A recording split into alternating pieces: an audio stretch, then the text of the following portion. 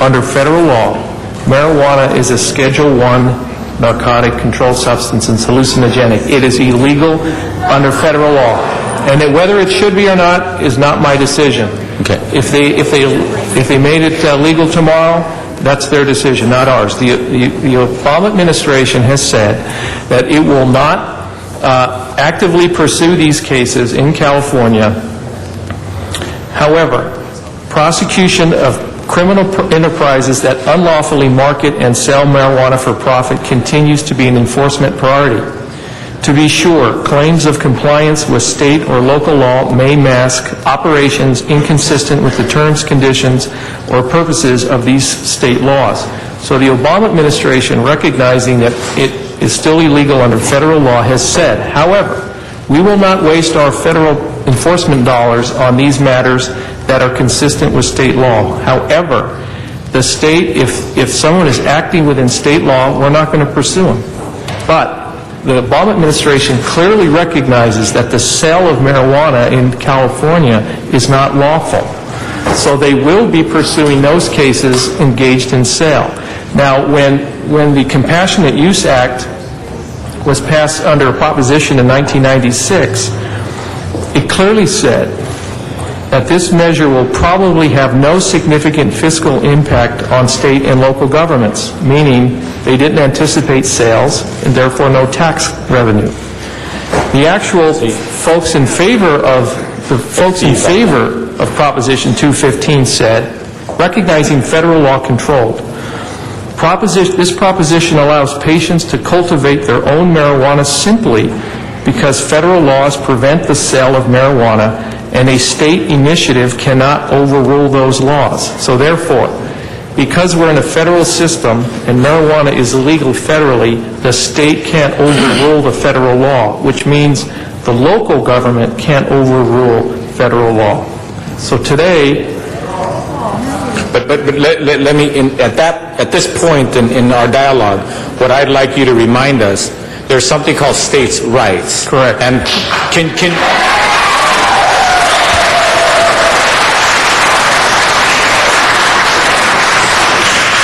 it's my understanding that states' rights don't trump the federal government when it comes to certain activities and responsibilities. State rights are delineated under certain circumstances, certain laws, and certain abilities. Not everything, correct? well, as I was also an environmental crimes prosecutor, and federal law prohibits certain kinds of air pollutants, the state can be more stringent. So the state can have more stringent laws.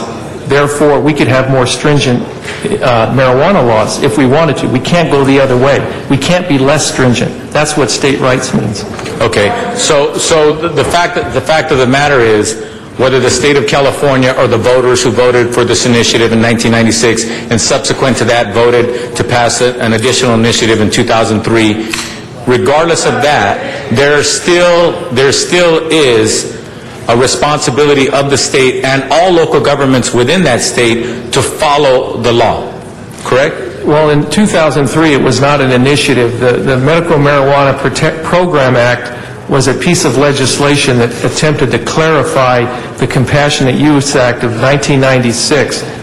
The Medical Marijuana Protection Act could not create any new law. It just could only clarify what was in the Compassionate Use Act. But obviously there's clarification still yet to be determined. The courts were clarifying the Compassionate Use Act, and the courts clearly said that sales were not allowed under the law. Okay. And so as you go down, if the legislature does not clarify the law, the state courts will clarify the state law. And yes, we have to comply with the Compassionate Use Act. However, as we sit here today, the city attorney is not recommending a ban, which about 120 cities have. But if you do not ban the Medical Marijuana Protection Act, these entities in the city, you have to therefore regulate them within the confines of the Medical Marijuana Program Act. So you have to comply with state law if you're going to allow them in your city. Feeling compelled to speak about what he calls the opinions of the city attorney is Paul Koretz. First of all, the opinion that prohibiting, that there's a prohibition on sales because sales are not provided for. Silence on a topic is not automatically a prohibition. And I think we should look at that. I know they have had informal discussions with the Attorney General's office. They have not reported those back to us. Certainly they would have if they were in agreement with their opinion. They also read a comment by the Obama administration that they said showed that sales were not allowed. What that comment said was that it would still be a priority to go after for-profit sales. Our ordinance responds to that very on point, and so one would be able to anticipate the Obama administration would not be going after what we've done, just as they have not gone after other cities. They also noted that at the state level, we anticipated no fiscal impact on the state and city governments, and they interpreted that as a ban on sales. In no way is that a ban on sales. It just means that it's not anticipated that it would cost either of those governments a significant amount to move forward with their ordinances. After hearing extensive public comment on the matter, your Los Angeles City Council decided to hold the matter over until Tuesday, November 24th, so that members would have an opportunity to examine the many amendments that were introduced. LA City View is the government access cable channel for the City of Los Angeles, featuring live coverage of City Council meetings and programming about City Department services and events. You can watch City Council meetings live or view past meetings by going to the city's website at lacity.org. Follow the instructions for video on demand. And remember, you can watch all Los Angeles City Council meetings live in their entirety on Tuesdays, Wednesdays, and Fridays, beginning at 10 a.m. On Sundays, you can watch the replay of all the week's meetings, also beginning at 10 a.m. Council Week in Review can be seen Monday through Friday at 9:30 a.m. and 6:30 p.m., and on Sunday at 9:30 a.m. Well, that concludes our program for the week ending November 20th, 2009. On behalf of Stephen Sanchez and everyone here at Channel 35, I'm Jack Popeshoy. Thank you for watching, and please join us for the next Council Week in Review.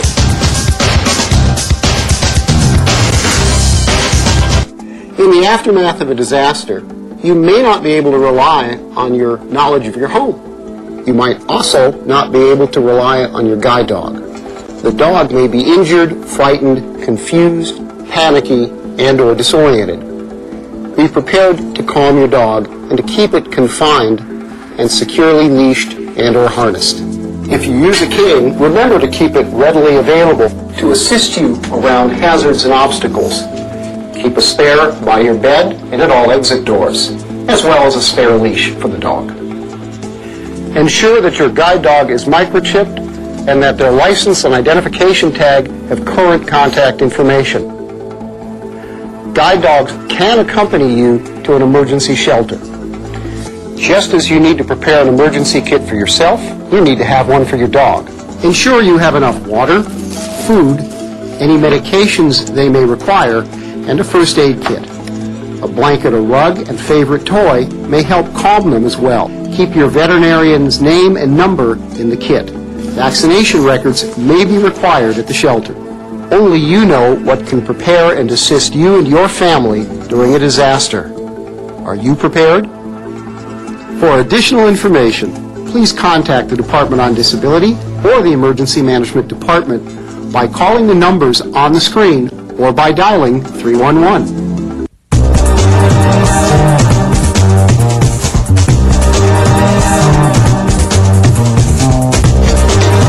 LA City View Channel 35. Your city, your channel.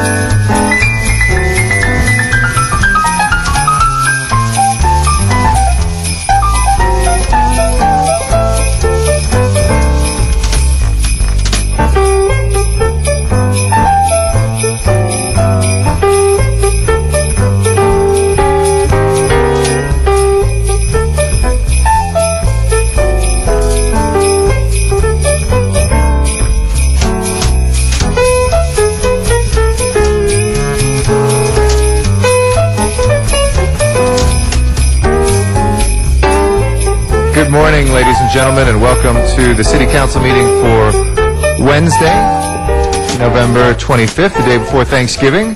And we are here in the John Ferraro Council Chambers of City Hall, room 340. We meet here every Tuesday, Wednesday, and Friday at 10 a.m. And this is a little different this week because Friday, obviously, with the Thanksgiving holiday, we will not be in session, but this is our last meeting until next Tuesday. I want to welcome members of the public who have joined us, as well as those viewers on Channel 35, which broadcast these meetings live and rebroadcast them each day that we meet. We also are available online at lacity.org, and that is also a place you can go to find out information about our city departments, to read our city council agendas and any of our committee schedule meetings, and also to find out about services to improve the quality of life for you here in Los Angeles. We also are available through your telephone, and that is a service called Council Phone. The number is 213-621-CITY. That's 213-621-CITY, which is available for you to listen in not just to the council meeting, but any of our committee meetings as well. I want to thank those council members who are here on time. Council members Alarcon, Hahn, Labange, Parks, Perry, Reyes, and Zine are here. Mr. Koretz is excused to arrive a little later, as is Mr. Wesson, and Mr. Rosendahl is excused for this meeting. That means we are awaiting the following council members who are late. Council members Cardenas, Council member Huizar, and Council member Smith. As soon as we have two more of those three members, we will be able to begin the meeting. If we can ask the sergeants at arms to please inquire to their whereabouts. If we do not get a quorum by 10:15, we'll fail to have a meeting today. Council members Cardenas, Smith, and Huizar, if you'll join us right away. Thank you.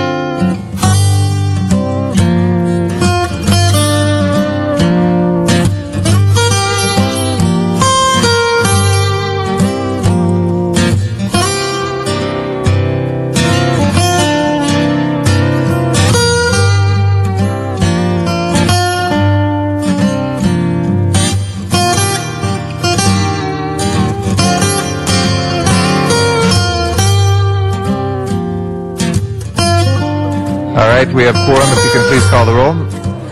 Alarcon, Cardenas, Hahn, Huizar, Koretz, Labange, Parks, Perry, Reyes, Rosendahl, Smith, Wesson, Zine, Garcetti, 10 members present, and a quorum, Mr. President. First order of business, please. Approval of the minutes. Thank you. Mr. Smith moves and Mr. Wesson seconds. Without objection, those will be approved. Next order of business. Commendatory resolutions for approval. All right, Mr. Labange moves and Mr. Parks seconds. Without objection, those will be approved as well. If we can run through the agenda, please. Before beginning the regular agenda, Mr. President, there's a request to continue several of the items 40 and 41, a request to continue those two to December 8th. Okay, for Mr. Alarcon, we'll go ahead and continue those till the 8th of December without objection. And also request on one of the closed session items, item 34, request to continue that matter for 1 week to December 2nd. Okay, without objection, we'll go ahead and continue item 34 as well. On the regular agenda, items for which public hearings have been held, items 1 through 17, a report has been submitted on item number 3. Okay. Colleagues, we have 1 through 17. Any specials? 1 through 17. Yes, we have one. Mr. Item 3 special, we'd like to tie it to 39. 3 for Mr. Parks. Which one? Oh, we got 3. Okay. Any other specials, colleagues? 1 through 17? Mr. President, there's an ordinance on item number 1, and I believe 12 will be present today. Do you wish to hold that on the desk? Yes, let's hold 1 on the desk.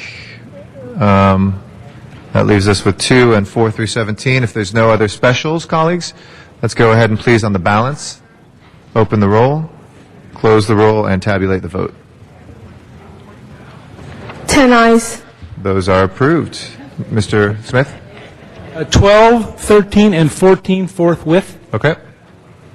12, 13, and 14 forthwith without objection. Next items, please. Next items are items for which public hearings have not been held. Items 18 through 31, 10 votes are required for consideration. Okay. We have a card on 20. The others do not have cards. We'll close the public hearings. I believe we have there's some just other being cards coming cards, 24, 26, 27, 29. Any others? That's it? And I believe there's a substitute motion in the works on item number 26 as well. Okay. And 31. If we can hold 18 till 12 members as well. Mr. Parks? Yes, I'd like to call 20 special, I would talk to Mr. Smith about a friendly amendment. Okay. Are there specials, colleagues? If not, let's take up the balance then. Please open the roll, close the roll, and tabulate the vote. 10 ayes. Those are approved. Next items, please. Next items are the closed session items 32 and 33. Item number 34 has already been acted on. Do you wish to hold those on the desk? Yes, please. Let's hold those on the desk. And Mr. City Attorney? Mr. President, item number 33, the city is recommending that that item be received and filed. The court granted the city's directed verdict last month, and the case is now over. Okay. Let's go. Move to receive and file 33. If we can. And I believe Mr. Parks was going to make a motion to handle number 32 in open session because it's a workers' comp matter. Okay. We'll go ahead and move that recommendation on 32. If we can open the roll on those two. And, Mr. President, I'm sorry, just for the record, on item number 32, the settlement amount is $121,022.50 plus the life pension of $38,149.80, which is at a weekly rate of $50.25. Okay. Let's go ahead and open the roll on those, close the roll, and tabulate the vote. 10 ayes. Okay, that is approved. And if we go to the continuation agenda, please. Next items on the continuation agenda, items 39 through, actually, item number 39 is the only item. 40 and 41 have already been acted on. I'll call 39 special. And that would take council back to the items called special and public comment. Okay, we'll take public comment right now. Dr. Clyde Williams is our first speaker. After that is Sean Murphy.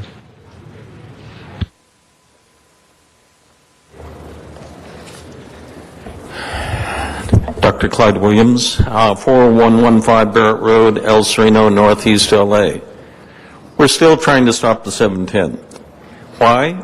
Because it really doesn't serve Los Angeles. It's primarily for the Port of Los Angeles, but they don't want to pay for it. Now, what we do support are things like the San Fernando Road considerations. Right now, we would highly recommend that the City Department of Transportation and others consider a corridor study all the way from the Broadway Bridge to Eagle Rock and Colorado Boulevards, all in Los Angeles. Why? Because these are the major thoroughfares through our area that can be done by the City of LA, perhaps with the MTA funding so that we have real corridor studies rather than piecemealing as is being proposed right now. The LADOT has not done very much in the way of outreach to the affected neighborhood councils such as Glassell Park, Cypress Park, and Lincoln Heights. So we would highly recommend that the city consider corridor studies, maybe funded by the MTA because they also emphasize corridor studies that would serve San Fernando Road, Eagle Rock, Figueroa, Huntington Drive, and Valley Mission. Thank you. Thank you, Dr. Williams. Sean Murphy is our next speaker. After that is Zuma Dog. Good morning, City Council. Want to wish everybody a happy Thanksgiving and don't drink and drive, please. Use common sense. I just want to say happy Thanksgiving, and I'm singing and I'm going to be in mass tomorrow. And I'm singing in the choir. That's it. Thank you. Thank you very much, Sean. Our next speaker is Zuma Dog. After that is Matt Dowd. Yes, thank you. Good morning, City Council. I almost forgot it is Thanksgiving. When you live on the streets, kind of these types of things, you kind of forget. But I would like to take this once annual thank you to the community. Thank you to everybody. Zuma Dog is not here without support of many community members. They've gotten me through crisis. This year's been a very blessed one for me, but physically the most taxing. And so, thank you. The only reason I'm standing here is due to community support, and just, it means so much. Thank you. Thank you. You've kept me alive. And thank you specifically to Bill Rosendahl, most notably as a person. And now let's talk about some city news things. First of all, LA Times, look at the headlines, CalPERS pension. Who has been saying that there was pension abuse throughout the system, that it was causing great financial hardship to the city? Now the city and state facing bankruptcy. Check the LA Times. Everything that I warned about is now on the front page of LA Times. And I'd like City Council to really pay attention to the things I say here, because it is quite prophetic in nature, and I have a history of it now. And please check my website, zumadog.org, if you'd like to know what will be coming next, so you can hopefully take preventative measures. And I'm glad, most notably, that Greg Smith is here, the person who always comes up and tells me, everything's fine. Everything's fine. You're wrong, Zuma Dog, but I'm here to announce the City of LA credit has been downgraded. That's right, due to the fraud, waste, abuse, and just irresponsibility, lack of leadership, and total fiscal irresponsibility of shady, and I say criminal nature. The city's credit rating has been downgraded. I bet they can't even borrow money if they wanted to, but now it will cost more. And you should read again what they said about the city and its economic future. It's bleak. Next year will be a bonanza for Zuma Dog comedy. Our next speaker is Matt Dowd. After that is Bruce Darien in Van Nuys. Good morning. Yes, thank you. The cordialities are over because I'm in a federal case against the city of Los Angeles. I'm in two now. I got one with Mike Hunt and one with a bunch of performers from Venice Beach, because we're getting cramped off the beach. You've got a vending ordinance, but it turns out all us performers, musicians, are also getting targeted with criminal citations. One of them's for a microphone stand. Two of them having a microphone. Is that the intent? We've got Paul Koretz talking all about the intent of the medical marijuana legislation he wrote, and they change their intent all the time, these guys. But was the intent of the vending ordinance to restrict people from having a microphone over 4 feet? Is that the intent? So, if I speak metaphorically, I feel like we're getting raped by the city at Venice Beach. Raped. You raped Zuma Dog, you raped Matt Dowd, and yes, you raped Mike Hunt. So these are all things in federal court. Your attorney's in there trying to argue we're not allowed to say that Richard Alarcon is shady and problematic. And I said Jan Perry was pathetic one time. She's running the meeting here. Eric wasn't here. I said Jan Perry It's pathetic. You ought to get together and lose her. And Tom LeBonge has to jump up out of his seat and go, oh, whoa, whoa, you can't say that. It's a disruption. I'm like, sit down, Tom LeBonge, sit down. And that's what the conversation was in court with Judge Dean Pregerson, the Honorable. And he said, well, what's the problem with that? Who had the floor? I told you. Tom LeBonge was out of order. Speaker is Bruce Darian and Van Nuys. After that is Walter Bechtel here. Morning, City Council. Good morning. City of Los Angeles, I wanted to wish everybody a happy Thanksgiving and remember that it was Abraham Lincoln that started the tradition of Thanksgiving here in this country. I want to say how thankful I am that I'm an American, that I live here in Los Angeles, that I was born and raised here, that I take great pride in being an American, and that we have the diversity that we do that makes this country great. But I'm here to talk about the words equal justice under law. They rise above the Supreme Court building in Washington, D.C. And we are so far from that in this country.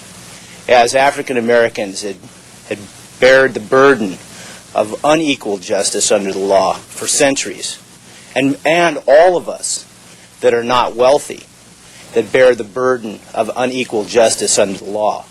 The courts are riddled with unequal justice. It's a system of money, not of justice, not of truth. We as Americans that cannot afford, quote, equal justice under the law, have to deal with, on a continual basis, the frauds that are perpetrated on us by others, whether they be governmental employees or private persons, because of this unequal justice under the law. It is a very, very important words that are spoken and that are to be adhered to under our Constitution, but they are not. And what is manifested to such a degree in this country is the result that there is not equal justice under the law. From the courts, from investigations of wrongdoing in government, one employee covering for another employee, it goes on and on. If you ask 10 people on the street, are the courts just? Is there justice in the courts? The unresounding answer would be no. Thank you. Walter Bechtel is our next speaker here in Council Chambers. After that is Arnold Sachs. Good morning. Good morning. I just wanted to come back because I don't know if you guys are aware what happened with Granicus again.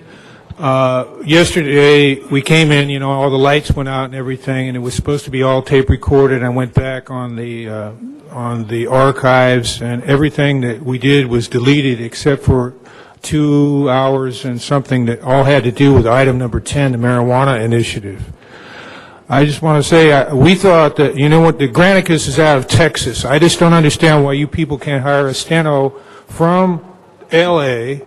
and keep the money in our city here. It doesn't make sense, but we thought Texas was only responsible for the assassination of John F. Kennedy.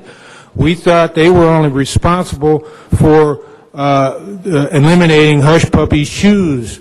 We thought that they were taking over the printing of all our money. Apparently I'm wrong there. They also are involved with trying to destroy freedom of speech in our archives. I already told you about what they did before with the accidental misinterpretation of what people say up here at the podium. And so I think that's just a better idea if we try to find another steno for the video archive and maybe send a message to Texas that they're not taking over everything and causing wars, etc. Thank you. Thank you. Our last speaker for general public comment is Arnold Sachs.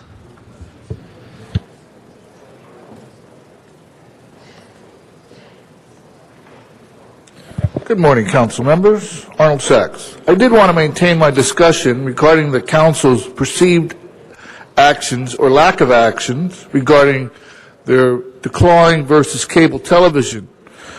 But something in Monday's newspaper caused me to move to a different subject. It seems that Tim Lewicki wants the DA to file charges or drop the case regarding reimbursement for the Michael Jackson Memorial. And Jan Perry is trying to broker a deal. Timmy! there are no charges to be filed in this. It's just a reimbursement. And yet, you want to face up against the DA.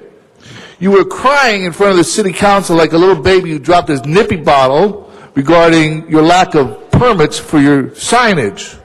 And now you want the DA to file charges. There are no charges. But in a help to eliminate this discussion, all the DA needs to do is check. Because when Staples Center was listed, it was the article about Staples Center having its 10-year anniversary. One of the events that occurred there was a Democratic National Convention. And since the city had an ordinance with LA Live about reimbursement for public safety personnel, that they were getting it for free, all the DA should do is look to see if the city got reimbursed for the personnel that was used to control the crowds at Staples Center for the Democratic National Convention. If they did, and I'm pretty sure that they would have, then he would have had his exception to the rule, and he can file the claim for the Jackson Memorial Services based on the fact that the city got reimbursed for the Democratic National Convention for public safety personnel, even though they had an ordinance or a ruling in effect that Staples Center would have free public personnel service. There you go, Mr. Thank City you very Attorney. much, Mr. Sachs. Our Act on next that. speaker will be Gary Tobin. Gary Tobin, are you here? Oh, no. Oh, I'm sorry. That'll be for item 31. In the meantime, I'd like to recognize Councilmember Ed Reyes. Thank you, Council President. Colleagues, I just wanted to take a moment to introduce a very important person, I believe, in our community, if not in our country. His name is Frank Sotomayor. He is an iconic Latino, some say Chicano writer for the LA Times, who essentially not only made the city aware of the Latino community back in the day in which we weren't getting all that exposure, but he not only did it for the city of Los Angeles, but he did it for the LA Times itself. He is essentially a Pulitzer Prize gold medal winner, meritorious public service, and I'd like to perhaps give him a round of applause for his hard work and everything he's done for the Latino community. I give you Frank Sotomayor. Thank you. He's also joined by Stephen Sotomayor, a chief of staff for the in Council District 2 in Fresno. And I'd like to welcome him back to LA. Hope to see you here someday, working amongst us. But again, welcome, and hope you enjoy your stay here at City Hall.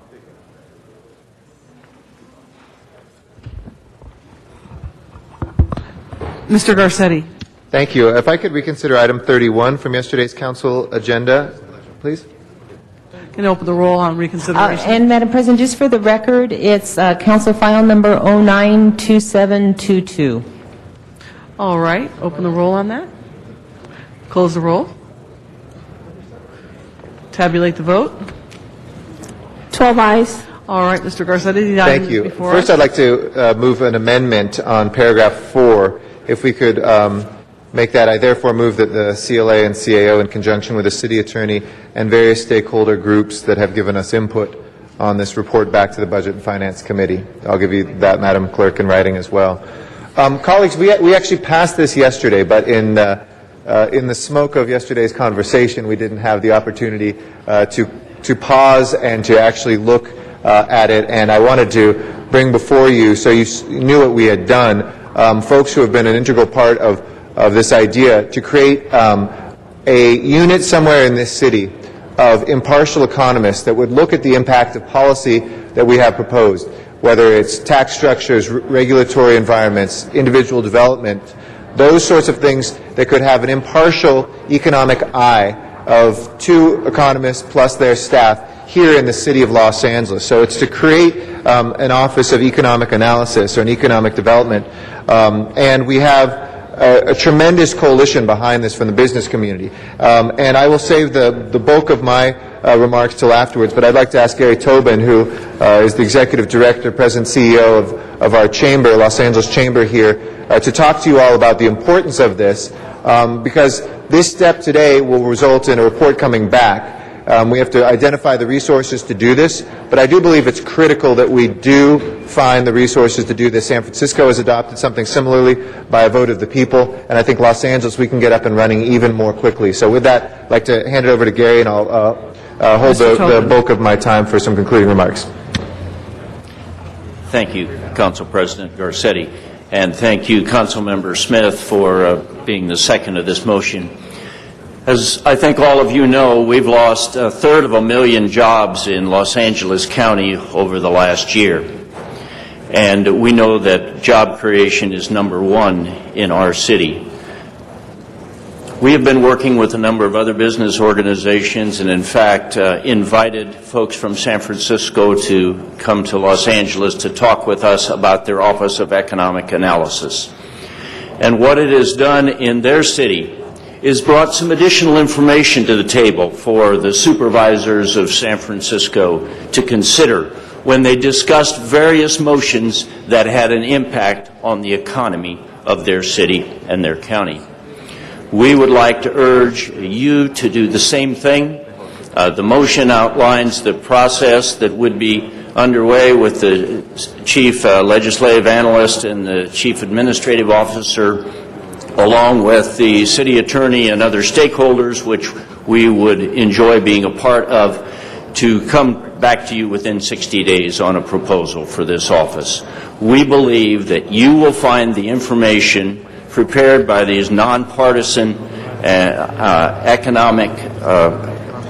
economists to be very helpful in your discussions. And we just think it's a very important step forward for the job base in our community. So thank you. Thank you very much, Mr. Tobin, and thank you to VICA, thank you to CCA, thank you to some of the regional chambers, and to all the folks who are behind this. I think this makes a lot of sense, not just from the business community, but from our employees and our workers, and certainly for us as policymakers. It's been 8 years, a little bit over 8 years that I've been here, and I'm sure you all share the same thing, that we have an amazing CAO's office that's analyzing kind of the narrow pieces of the budget that we have. We have a CLA that analyzes the legislative initiatives, but we don't have economists around here that are looking at, well, what is the impact of a certain development project, the true independent analysis of that. What is the impact of when we reduce our business taxes? We have to take these things sometimes as leaps of faith. More often than not, we're successful, but sometimes we're not. And if we could have up front the analysis, I think Mr. Smith and I both believe that this could be a very important step forward, and it is certainly worth the resources that we can put aside. Just let me put this in one final framework, colleagues. Right now, we're facing the worst economy in our lifetimes. We're facing unemployment, real unemployment of about 25% in Los Angeles County, when you take people who are no longer looking for work and people who are grossly underemployed, as well as the official 14%. That's 1 out of 4 people here. And we know that we have to do some things here, that we're continuing to look at things that will stimulate our economy. And there's really 5 things that the Council collectively is looking at doing in the coming few months. One of them is a motion put forward on a business tax credit for new jobs, to actually give businesses cash back, business tax credit for any new job that they generate. Second would be the creation of this Office of Economic Analysis, which will give us the tools to make better decisions and more aggressive decisions on our economic growth long term as well as in the short term. Third is the reconstitution of BTAC, our Business Tax Advisory Committee, which we will all be able to see up and running, and we expect in March we'll have the first set of recommendations and have an 18-month instead of 5-year life initially to show the urgency of how important that is. Fourth, we're looking at, with our economic recovery dollars, using our stimulus funds, of which about 3% have been spent so far in Los Angeles. 3% of what the federal government says we should get has actually landed here and been spent. So 2010 is when we'll really see the stimulus of that. We're using that money to accelerate our capital projects, whether that's improving our infrastructure, looking at buildings that we're going to get built, leveraging things like Prop R or our high-speed rail. We just met with the head of the office, the White House Office of Urban Affairs, who was in LA yesterday, Adolfo Carrion, and we're looking at accelerating that. That's number 4. And then 5th is the sector-based initiatives, whether it's Mr. Alarcon and my work on the entertainment industry, whether it's looking at the job training that we're doing in healthcare and in trade and tourism. It's making sure employers have the skilled employees that they need and focusing on the sectors that are in growth. Those 5 things will be about as important as anything we can do, while if I add a 6th, we push for the planning department to really get more aggressive on what's happening with the 12 to 2 initiative, which is supposed to reduce the red tape now for development projects to move forward and new businesses to get opened up. So thank you for your support yesterday. I ask you again for your support today. I want to thank again Gary and everybody from the Chamber and the business community who's been behind this. When we get this up and running, we can look for those funds in the next month or so. And we've given 60 days, but it would be nice to do this before the end of the year, at least to identify where those funds are coming from so we can get somebody up and hired in the first 2 months of this coming year. Thank you all very much. Thank you, Mr. Garcetti. Mr. Smith is our next speaker. Thank you very much, and Mr. Garcetti, it was a pleasure to co-sign on that or second it. It's something we need to do. And I would ask Mr. Alarcon, as chairman of the Jobs Committee, that you take a look at, when you take a look at this motion, you take a look at a motion that I introduced in the budget last year, which is to create an economic development department for the city of L.A. We're the only major city in America that doesn't have one.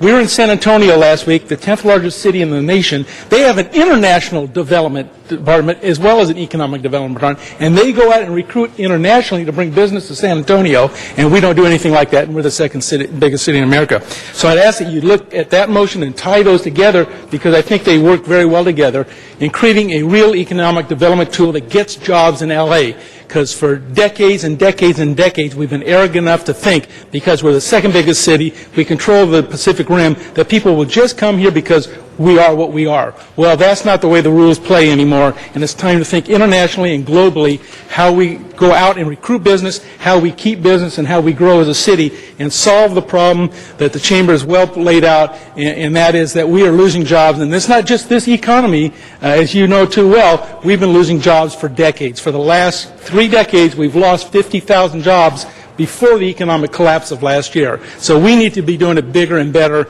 and think more globally. And I'm glad to second this motion. We need to bring that all together under one very large package, and I hope Mr. Alarcon would see that goes through. Thank you. Mr. Reyes. Thank you, Madam President. You know, colleagues, 6 years ago, we worked on some motions that challenged the city to look at its own economic engine, at the port, at the airport, at what we do within our own budget, on a very basic notion. How do we create jobs for our youth within our own discretion, within our own departments? And I would, one, compliment our council president for bringing this forward, and thank you, Councilmember Smith. But sometimes the answer is really in front of us within our own discretion. So we had the mayor's support in challenging the people that he identifies and hires as the charter dictates. Every department head has discretion to say, of our contracts, in the millions and millions of dollars, our own contracts, how much of that goes to the folks who live in Los Angeles, the young people who need entry-level jobs? How many of these private contracts actually are accessible to those who live in our own city? So this is a great step, because we're talking about the big picture, the international impact, because we are an international economic influence within the Pacific Rim. We are a portal entry into the national economic substructure when you look at our railroads, our airlines, our harbor. So we have a pivotal role here. It's about time we make it accountable to the people that live in this city, in this region, in this county. So thank you. It's great to see the private sector stepping up, because I know you've been pushing us for a while now. And I appreciate the step we're taking. But let's hope that one of the fundamental steps we take is to truly hold, when it comes budget time, ask those questions of our directors and department heads. How much of your discretion was used to create jobs in our own city? Thank you. Thank you, Mr. Reyes. Mr. Alarcon. Yes, members, I commend our president, Eric Garcetti, for his leadership once again on economic development front. The fact of the matter is I'm looking forward to hearing this item. I do want to mention that yesterday in the public comment there was a mention that there's no need to do economic development assessment at the time when we have to do fiscal assessments, and fiscal impact is quite different than economic impact. And I just want to make it clear that I recognize that difference, and it's essential. Now, when I do hear this in my committee, I also plan to hear a motion that I introduced relative to assessing poverty impact, because many of the decisions we make, frankly, can have a positive impact on issues related to poverty, but sometimes they could have a negative impact.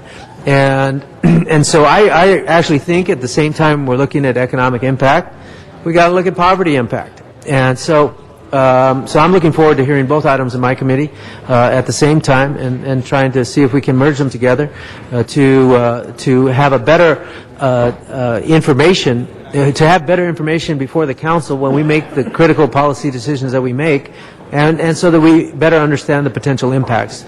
So I'm looking forward to working with the President to get that quickly through the committee and in place. By the way, I introduced a similar motion in the state legislature that did not pass, relative to poverty, that is. And I just don't understand why governmental entities would not want to know more about the impacts of the potential impacts of the decisions they make, rather than guessing so many times. We're in the worst economy in the history of all of us, with perhaps one exception. No, I'm just kidding.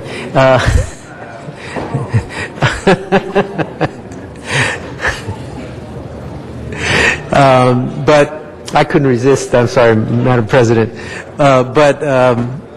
And it requires that we be much more strategic with the limited dollars that we have and much more understanding about those impacts. So this is a good motion. I urge your support, and I commit to expedite it through the committee process. Thank you. Mr. Cardenas.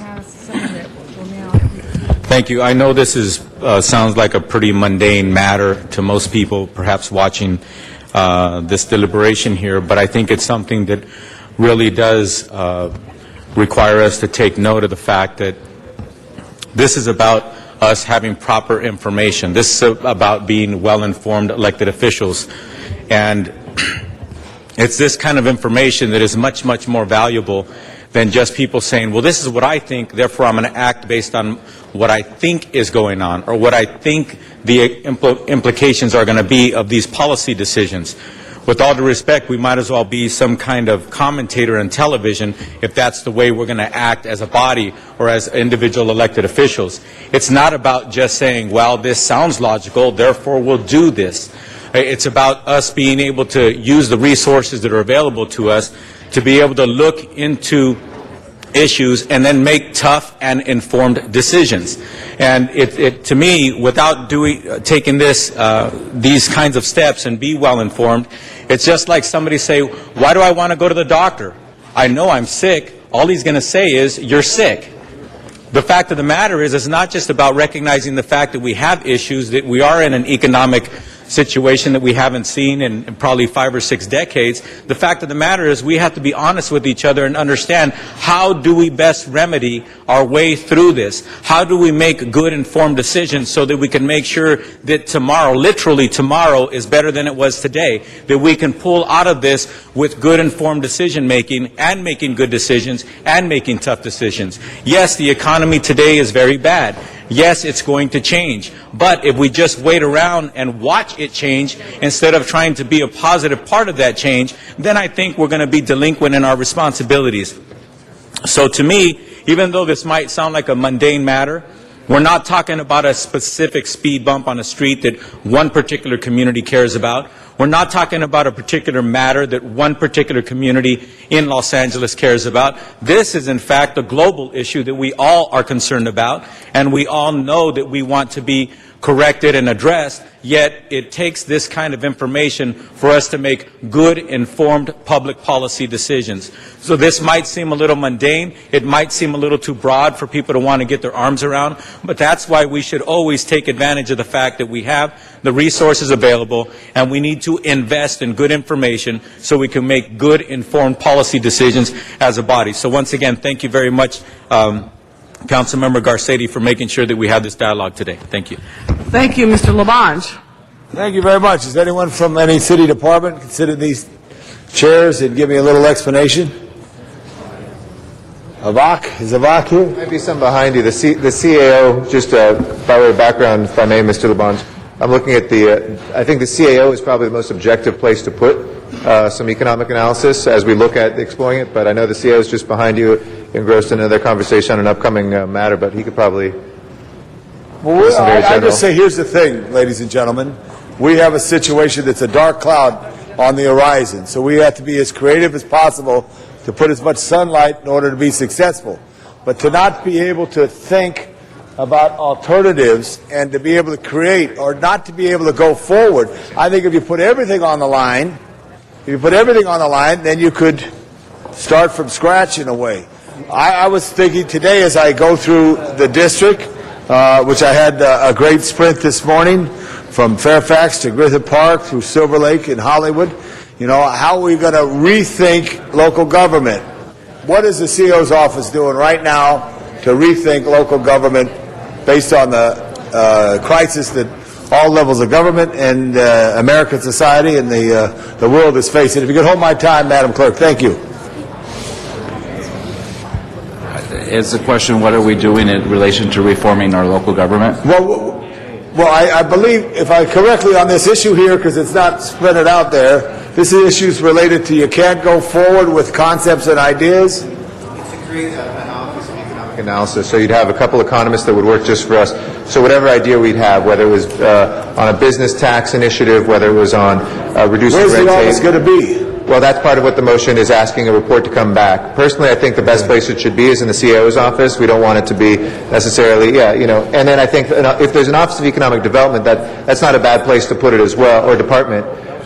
The one thing I'd want to make sure is we don't put it in any place where anybody inside that department that was going to lobby for their projects. For instance, if we consolidate CRA and CDD, and they really are pushing a Marlton Square, let's say, and they press the economists to say good things about it, we want to make sure it's an independent place. And to me, the best numbers come from the CAO pretty traditionally. But it would have to, the way they did it in San Francisco, it's in the controller's office up there, but that's an unelected controller. I think, I trust, we can imagine other controller regimes. This one is a very good one, but I would not want it to be used for political purposes. So I think whether it was in the mayor's office, whether it's under the CLA with the council pressure, or controller's office is not the right place. It should be in an independent department or CAO. Well, I also think, to add to that, I think, and it's a friendly amendment, there should be Office of Statistical Analysis of how many how many books were checked out last week. They know how many eggs they sold at the Ralph's on Glendale Boulevard at Silver Lake last week just by computerization and a swipe of a card. Why I say that, we have tough dollars coming up. To be more to the point, I'm a pro-recreation and parks, but I'm also pro-youth services with LA Unified. Children are in schoolyards, and they leave the schoolyards because there's nothing at the schoolyard. Maybe we need to enhance the schoolyard program of youth services Monday through Friday, and on weekends build up our park programs. These are combinations of thoughts, but we need statistical analysis. Could I have a friendly second amendment that there be an Office of Statistical Analysis? So there's one person that we could call, that we could know how many people were at Northridge Park in the last quarter. How many calls for service did Engine 97 get on Mulholland? How many calls for service did an area get? Because believe me, and I'm saying this because I know we're all, and I'm a little more amped up at the end of the year because I think it's going to be difficult as we go forward from everyone who speaks about the challenges.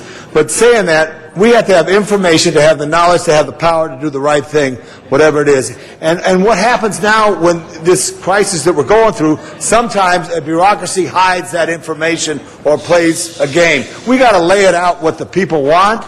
We got to listen to what the people need and try to deliver that and be creative with relationships that we have. So I just think that I'm missing is a statistical office that would know everything.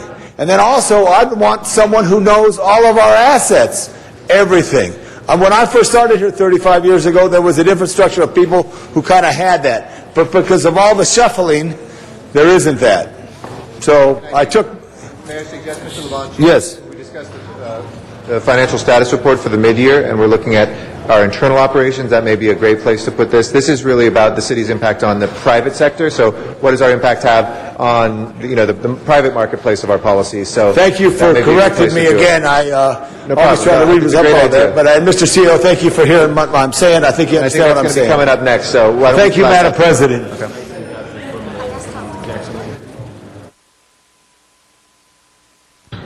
Mr. Sachs?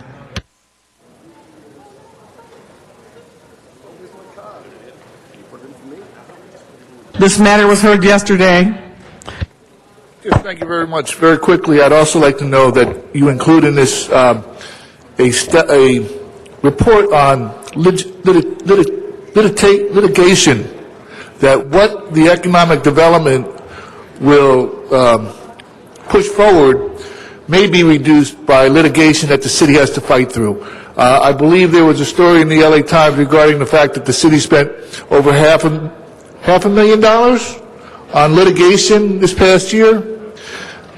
You do things, or you have economic development, or you have development, and you don't take into account the fact that there's going to be a lawsuit, the city's going to get sued, and whatever you gain on one end, you end up losing threefold through litigation. That should be included in this also. Thank you. Mr. Zumadog. Yes, for this topic, I have more credibility when I take off my hat and glasses. Now, when I like to talk about economic development, the first thing that comes to mind is Dr. W. Edwards Deming, and I'm very excited that Eric Garcetti is here. I'm sure he's very familiar with Dr. W. Edwards Deming. The 14 points of quality management, methods for management of quality and productivity. It's been my lifelong goal. I'm a disciple of Deming, as is Bill Fujioka. As is Bill Fujioka, a disciple of Deming. I like to say, any part of this, you need to sit everybody down and go through the 14 points. It's ways to reduce waste and improve efficiency. And I was contacted by Dr. Deming's grandson this week, and we were in contact even today. They're aware of my efforts to try to have the city of LA embrace these quality principles, and they're going to be having an event next year, and they would like your guys' participation. And if you go to my website, zumadog.org, more on that. But again, my qualifications, I guess maybe I can pitch counsel on Please Read My Blog, published internationally, recognized by Dr. Deming, and now his grandson. And some of the things that the city needs to do through these methods, you break down barriers between departments. Everybody can cooperate. It's all about innovation. And I see a lot of, I think the biggest thing the city is going to have to confront is there's a lot of beautiful real estate properties with a lot of vacant for lease signs in the commercial property. And so there has to be a way for the city to address somehow to innovate. And again, these principles, before I get, it's not enough time to get into specifics, but the reason you need to embrace the 14 points of Dr. Deming is he was sent to Japan after World War II when their economy was in ruin. They had to rebuild. How they did it? They retrained employees.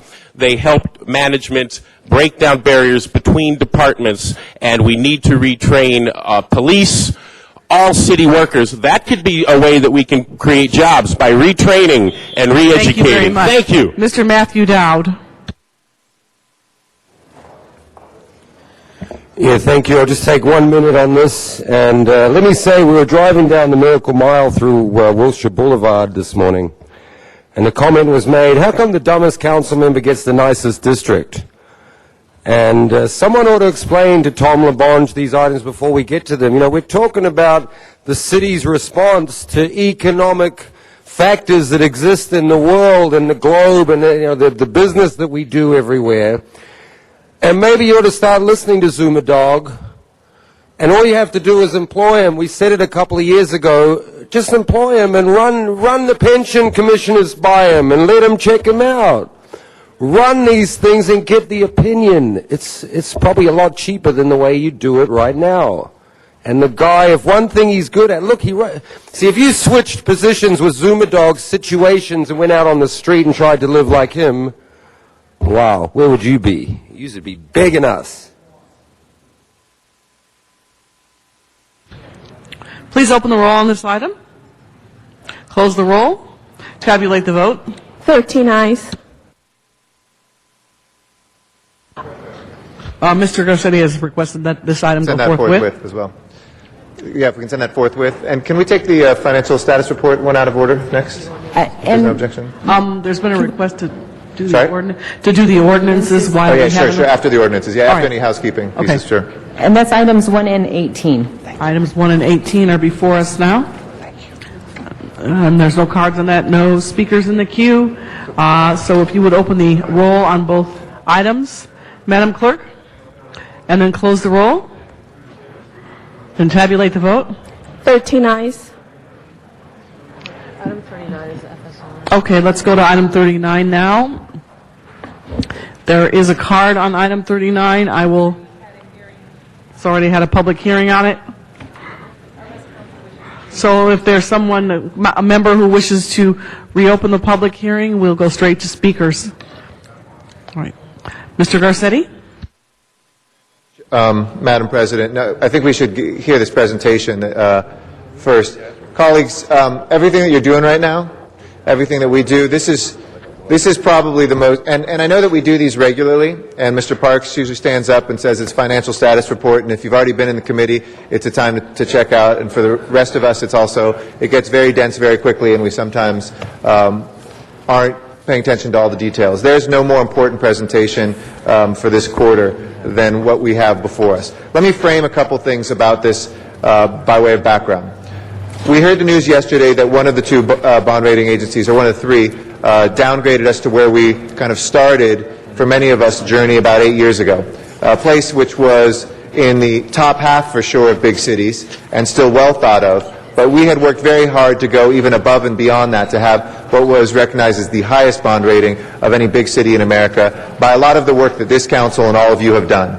Mr. Parks, before that, Mr. Pacheco as our budget chair, and all of us here in the council passed a lot of things which frankly surprised a lot of the financial professionals. At a time of term limits, when the temptation is to pass new programs and let the next gal or guy figure out a way to pay for it, we actually put handcuffs on ourselves, saying no new programs could start without having a permanent source of funding.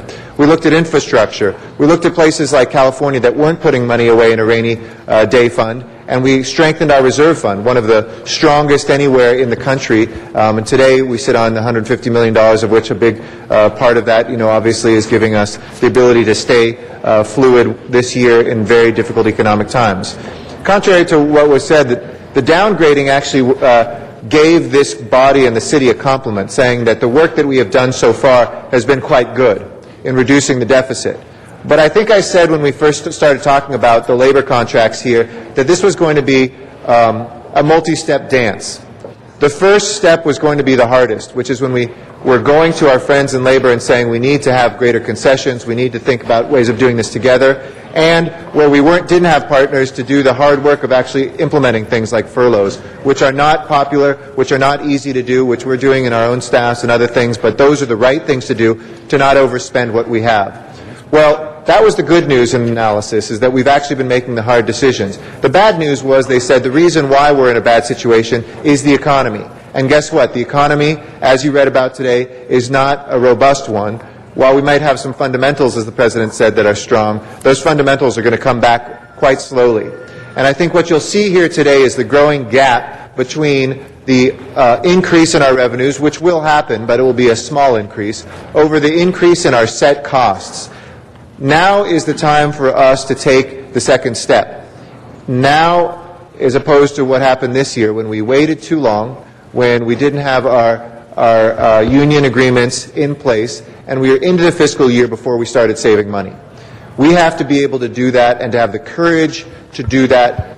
This is going to be the most difficult conversation we have. The next year or two around here is about trying to figure out what this city should be doing, and most importantly, each one of us saying for now what the city should not be doing. Because if we can't find new revenue sources, we cannot do everything that we do today. There's no way around that. And I think as you see, even with the things that we have done, our CAO will present to you in very stark terms, and we'll have it up here. And so either look on your desk, everybody has it up here on your desk saying budget update, or up here on the television screens. Look at these statistics, because they're very sobering. I have a lot of faith and trust in the elegance of what we've been able to do before, that we've made the tough decisions, and this has been a strong enough body to do it. But we have to make sure that we don't think that step one is the end of the road. We have many more steps to go. So with that, I'd like to turn it over to our CAO to give us the situation and the snapshot of where we're at. Good morning, and thank you, Mr. President. As was indicated, yesterday we received news from Fitch Ratings. Our bond rating is much like a FICO score. It informs the investor community how viable we are as an investment. Our interest rates are based on our ratings and the outlook that they provide. Yesterday we were downgraded throughout all of our different programs. Our general obligation bonds went to AA minus from AA. Our MICLA bonds, which we rely on to buy our make capital investments and on equipment, went from A plus to AA minus. LA Convention and Exhibition Center Authority lease revenues bonds to A plus from AA minus. And judgment obligation bonds to A plus from AA minus. Our overall outlook continues to be negative. And in the context of what they did in their analysis, as the President indicated, they recognized that this city has engaged in very difficult work in addressing the shortfall that we started this year with. We began this year, as you know, with a $400 million shortfall, and we've been able to successfully reduce it to $1 million. But they still raise concerns that many of the solutions that we came up with, about 75% of them, are temporary in nature and don't address the structural problem that exists within the city. They also address concerns that in order for us to close our books this year in the black, we must dip into our reserves. They call on us to reduce spending, to enhance revenues, and to engage in meaningful pension reform in the upcoming years. In many ways, their call is a blueprint for how we need to proceed for the remainder of this fiscal year and certainly for the next fiscal year that's before us. In the next slide, we indicate how we compare, how this latest news compares to the other bond rating agencies. Their report yesterday is consistent where other ratings have been. We're anticipating the news from the other rating agencies within the next several days. The next slide. As the President indicated, much of this is driven by our revenue and by the economy. And there's a direct correlation between our revenue and the unemployment rate. The unemployment rate in the city of Los Angeles is nearly 14%. It is projected to be as high as 15% by the end of this fiscal year. It's higher than the national average. And as I was on the treadmill this morning, I was hearing that many economists predict that we're going to experience a 3 or 4 years of high unemployment rate, unlike other recessions that we've experienced. This adjustment in the economy is not temporary. It's something that is structural, not just to this city or to this state or to this country, but worldwide. And so what this next slide demonstrates is how that correlation exists within the drop of revenue. You could see clearly that during the years that we had a low unemployment rate, we had a consistent level of revenue that we could rely on. That revenue has dropped dramatically in the last several months. The same could be said about our general fund taxes. This next chart illustrates the aggregate of all our general fund taxes, and it's plummeting, as you could see. While our revised estimate is to be at $2.79 million, we clearly expect to close this fiscal year below that. Next slide. As I indicated, this fiscal year we spent a tremendous amount of work, and we continue to, trying to close our $400 million gap. A significant portion of that was ERIP, where each one of you participated in to provide our employees, 2,400 of them, an opportunity to leave city service with dignity and with a sense of pride for their many years of service. That program is on target. The closing period for the early retirement program ends in late December, and during the first week of that program, we reached our target number of applicants of 2,400 that we needed to able to generate the $47 million that we anticipated for this fiscal year. That we're processing those applications as quickly as possible. We've been fortunate that LACERS has streamlined the process, and Sally and our team have been very, very helpful in ensuring that we could generate those savings as soon as possible. But this program doesn't come without its cost. We're losing much of the brain trust of the city overnight. And there are folks all over the city, every single department, that are being impacted. In the airports, for example, we have 350 people leaving. In the controller's office, we have 180 people leaving, 17% of her workforce. In general services, 176 people. And as we seek to civilianize the police workforce, we are losing 226 civilians in that workforce. Each department is currently making an assessment of what exactly that impact is on their ability to maintain services. It's surprising that some areas, some classifications were more impacted than others. Accounting and personnel throughout the city was heavily impacted, as well as services like folks who work as mechanics, meaning that there's going to be a significant impact on how those services are provided in the future. We're currently working with these departments to figure out both short-term and long-term strategies to address those problems. The remainder of the pie shows that the other portions of the agreements. The coalition overtime is something that's included in this report. We're actually proposing to freeze all overtime throughout the city. I recently issued a communication that clarified how that would be applied for proprietaries and semi-proprietaries, and under what circumstances there could be exceptions to that policy. What this means to all of you and to the residents of the city is that when there's work that requires overtime, like attending an evening meeting, community meeting, like overseeing traffic due to a special event, it means that our departments are in a situation where they simply cannot conduct that work. So there will be more and more times that you will be hearing from the departments, we simply can't do that. We don't have the overtime in our budget to get that done. Included in there is the fire modified deployment. It's something that we had to do, and clearly there's been concerns with that. But in here it shows clearly how it fits into the larger solution for this fiscal year. We're currently in negotiations with UFLAC on the remaining 13% that we assigned to sworn in the fire department. Then we also have one more act that we need to proceed with.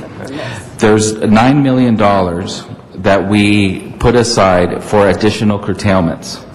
Once we know the impact of BRIP, once we know the impact of all of these different curtailments and various exercises, our office will work with the CLA to develop a new operational plan that will reduce general fund by $9 million.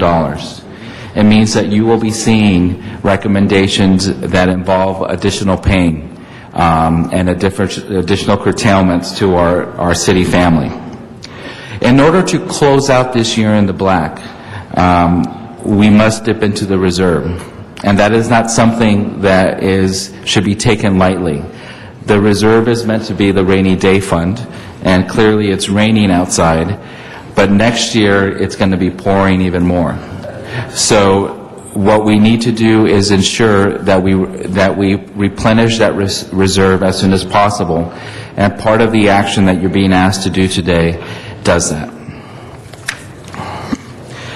The next slide shows what the rating agency pointed out, that about 25% of the solutions that we engaged in are structural, but the majority are temporary. Some of them are multiple year, but at the end of the day, the majority of them go away within the next 5 years. And that, colleagues, if I can just pause there to point that out. On that chart, sometimes the temporary is not to say one time. Some of these things are multi-year agreements with our unions, but the yellow is the structural work that we've done to permanently close that gap. Obviously, we have to get to a place where it's more like the entire circle of some permanent solutions. Or we have to find new ongoing solutions that are multi-year. But I just want to point that out because lots of times people say, oh, that means it was just 1 year, one-off. They're not one-off solutions. Many of them actually do give back over time. And if they establish the precedent in some of our labor negotiations to make those sorts of givebacks potentially permanent, which is one of the things we're probably going to have to do, it's not to say that that can't migrate over into the yellow section quite smoothly. And the work that we've done is very important to establishing that precedent. Thank you. And then the next slide for this year demonstrates why our reserve fund is so necessary.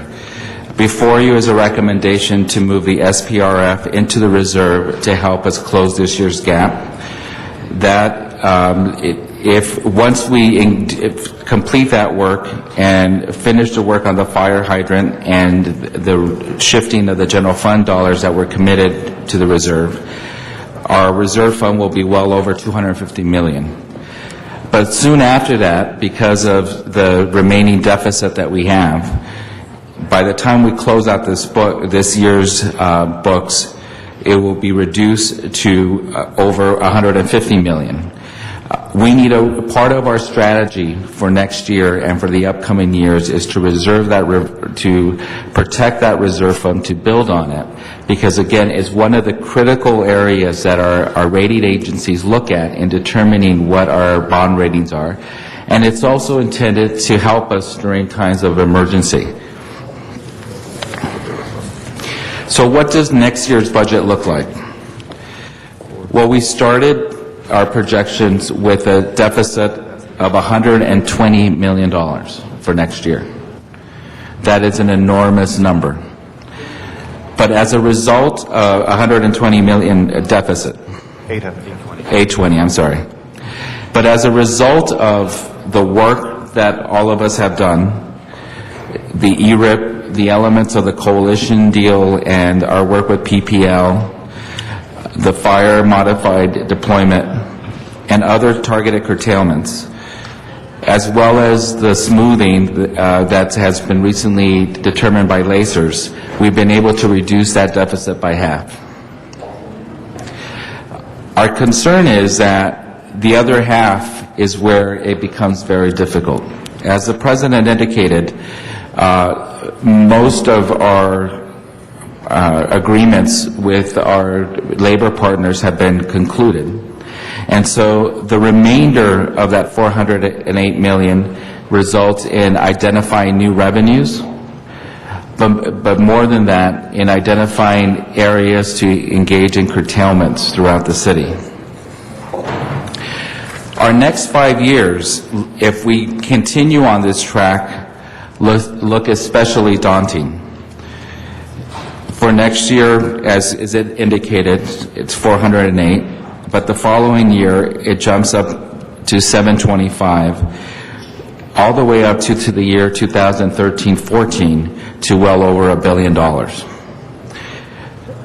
There is no way the city will be the same with this kind of gap in our budget.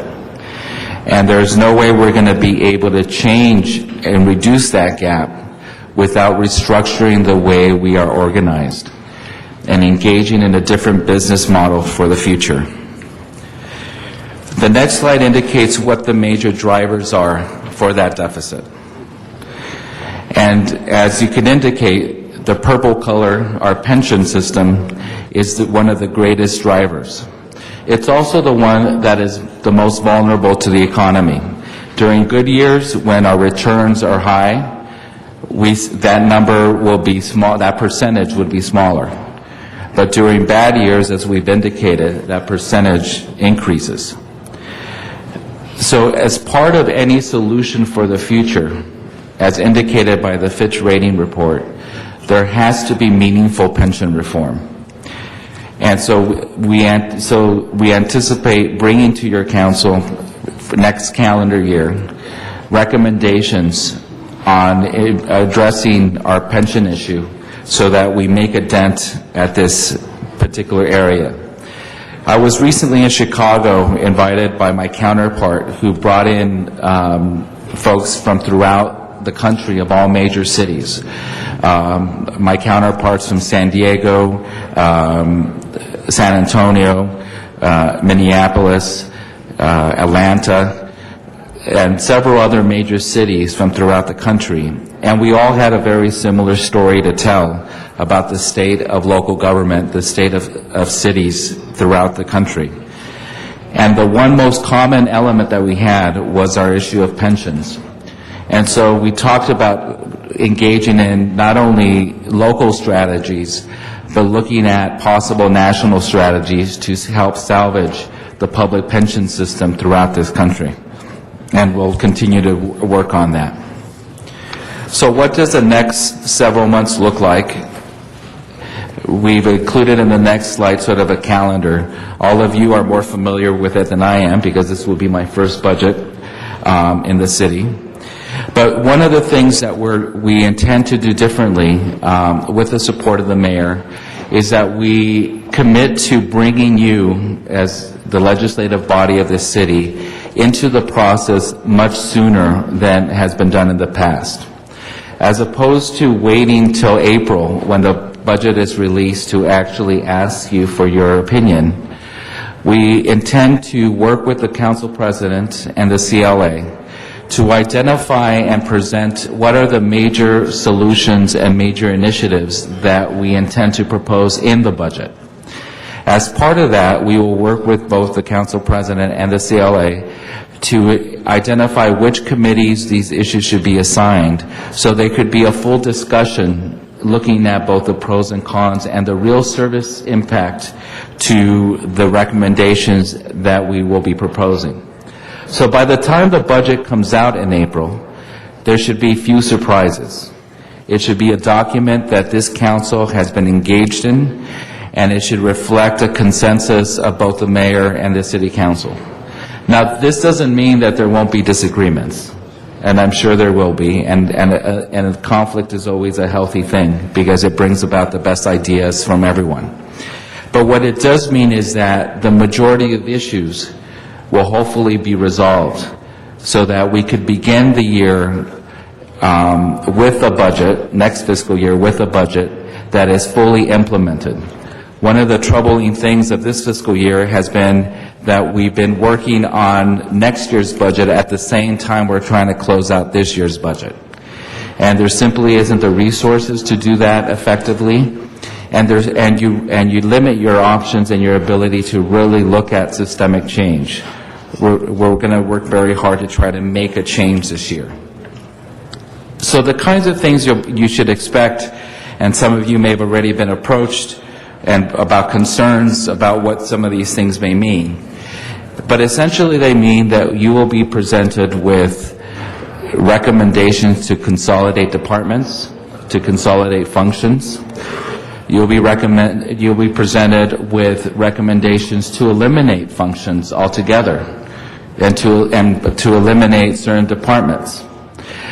You will be presented with recommendations to engage in public-private partnerships in areas where we could find efficiencies and cost savings. We're looking at everything from the zoo to the convention center. And so none of these issues are easy. Most of them bring about their level of controversy, and each one of them has their respective constituency that will come to you to complain. But what we will be presenting to you are our best thinking on the kinds of solutions that we have to adopt to be able to reduce the deficit before us. At this time, I'll close my remarks, and we're open to answer any questions that you may have. Mr. Garcetti, then Mr. Reyes, and Mr. Parks. Just to conclude, thank you, Mr. CAO, for a tight presentation, an impactful presentation, and hopefully a sobering one as well, colleagues. We all spend time with our own staffs. We go on, moments where hopefully we can reflect, a retreat once or twice a year, where we look at, what we're going to do in terms of our council priorities. I would advise colleagues, as you do that in the next month or two, as you look at the opportunity to do that, one of the most important exercises we can do as individual council members, so the body can come back together, is again to look at the highest priority areas of work this city does, and to look at ones that are not as high. It is never easy to cut. It is never easy to consolidate. We talked many years about consolidating into a human services department many of the functions that existed in smaller ones. Well, guess what? That was very politically difficult to do. Didn't yield a lot of bang for the buck. We have to now do that with things that actually yield big bang for the buck. But you showed the ability to do that. You've shown the ability to do that without us having kind of the politics of old, which was so easy to have one or two council members stand up and defend things, and then everybody backs down. This will require us doing that. And I appreciate most what the CAO said about involving this council early. Don't take that offer and spur it. We have to be able to use that and to get involved early. I know Mr. Parks is going to, I know Mr. Smith is going to, I know I'm going to, but each one of you, because you chair a committee which oversees an important department, your role this year is not just to defend those departments, because if each one of us will have 14 eloquent people and 15 soon that will say why Rec and Parks and why CDD and why housing and why transportation and why each one of these departments can't face any cuts. We have to also lead, and leading will mean figuring out what we do cut to live within our means. We are still a well-respected fiscal entity. These ratings reflect that, but let's get us back onto a path where we can get back up to that AA rating that we earned so well, and for us to be able to get out of the woods. And for all of our employees and our unions and other people who are listening to this, we appreciate the hard work that has been done up to this point. This will require us doubling down next year and figuring out how we're going to make these cuts together. We don't want to make these cuts without doing that in collaboration and consultation, and many of the best ideas come from our employees inside. But there is no way around that. We have actually, if I can just go back to that one slide that the CEO pointed out on page number 10. While we do expect a dip next year in our revenues, look at the next 3 years. There's actually an increase in revenues. The problem is not going to be the economy, as difficult as it is. It's going to be our spending. And so we have to, like a household, like a small business, like anybody out there right now in this economy, figure out a way to have that huge increase come down. And the slide right after that, you see that biggest chunk here in the blue section is the pensions. Not because of anything shady and corrupt, but because every pension around the country is facing that same dip because of the investment climate. And, you can take the very best pension anywhere in this country. And I just met with the head of the State Pensions Association that does that for 50 different states around the country, and made a presentation on behalf of the city at the National League of Cities. And they said the pension funds are going to be fine, actually. People who are retirees are going to get their pensions.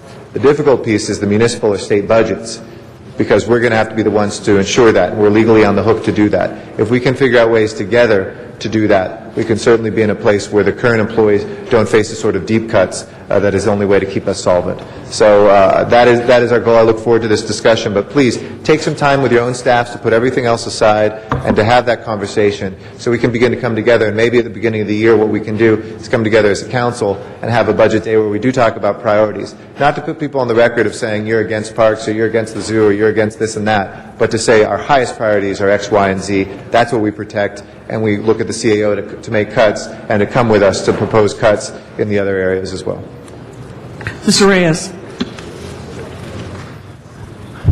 Thank you, Madam President. I'd like to ask our CEO a couple of questions. Santana, when we look at this notion of monetizing the assets we currently control, either through our property, through our contracts, do we have the skill sets within your office to look at that question of how we monetize our properties in terms of being proactive and understanding what's sitting dormant, what could be activated, looking at future scenarios through the planning process. There's areas in my district, I've said this before, and I'll say it again, where we literally sit on vast pieces of property just to park vehicles and literally dismissing opportunities that speak to how the market can respond and create a revenue.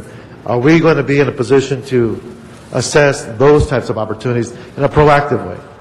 Well, we're going to start, one of the major initiatives that we have, and I know it's controversial, and we're looking at it aggressively now, is how do we maximize our garages, for example, and whether the city should currently be in the garage business in the way it's structured today.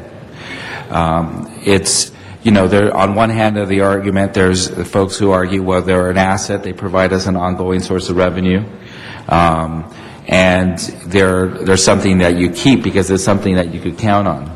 On the other hand, there's folks who argue, yes, that's true, but we could generate much more revenue. In my opinion, it should be on continue to be on an ongoing basis.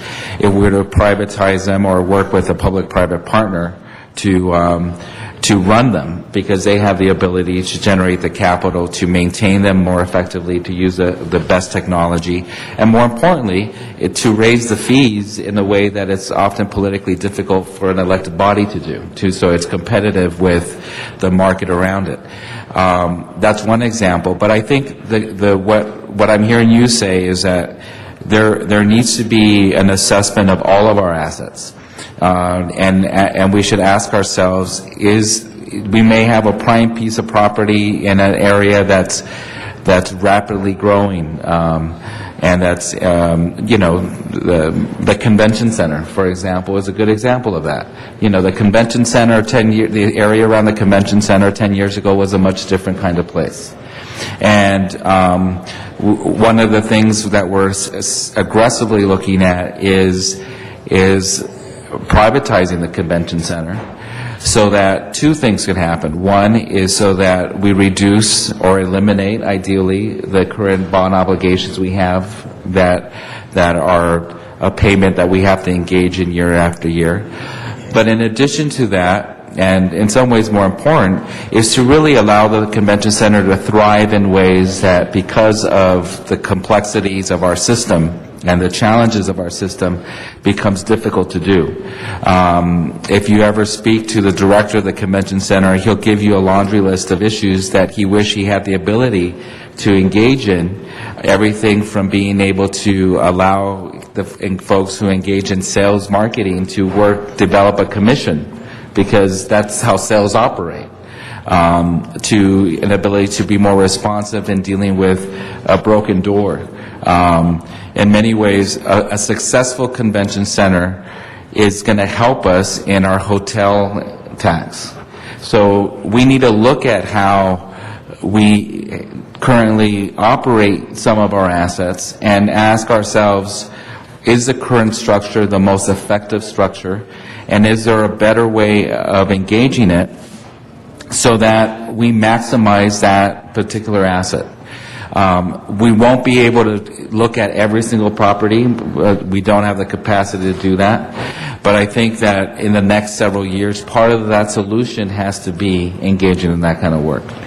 And I believe that if you look at, for example, the Gold Line, we have invested millions in establishing that project.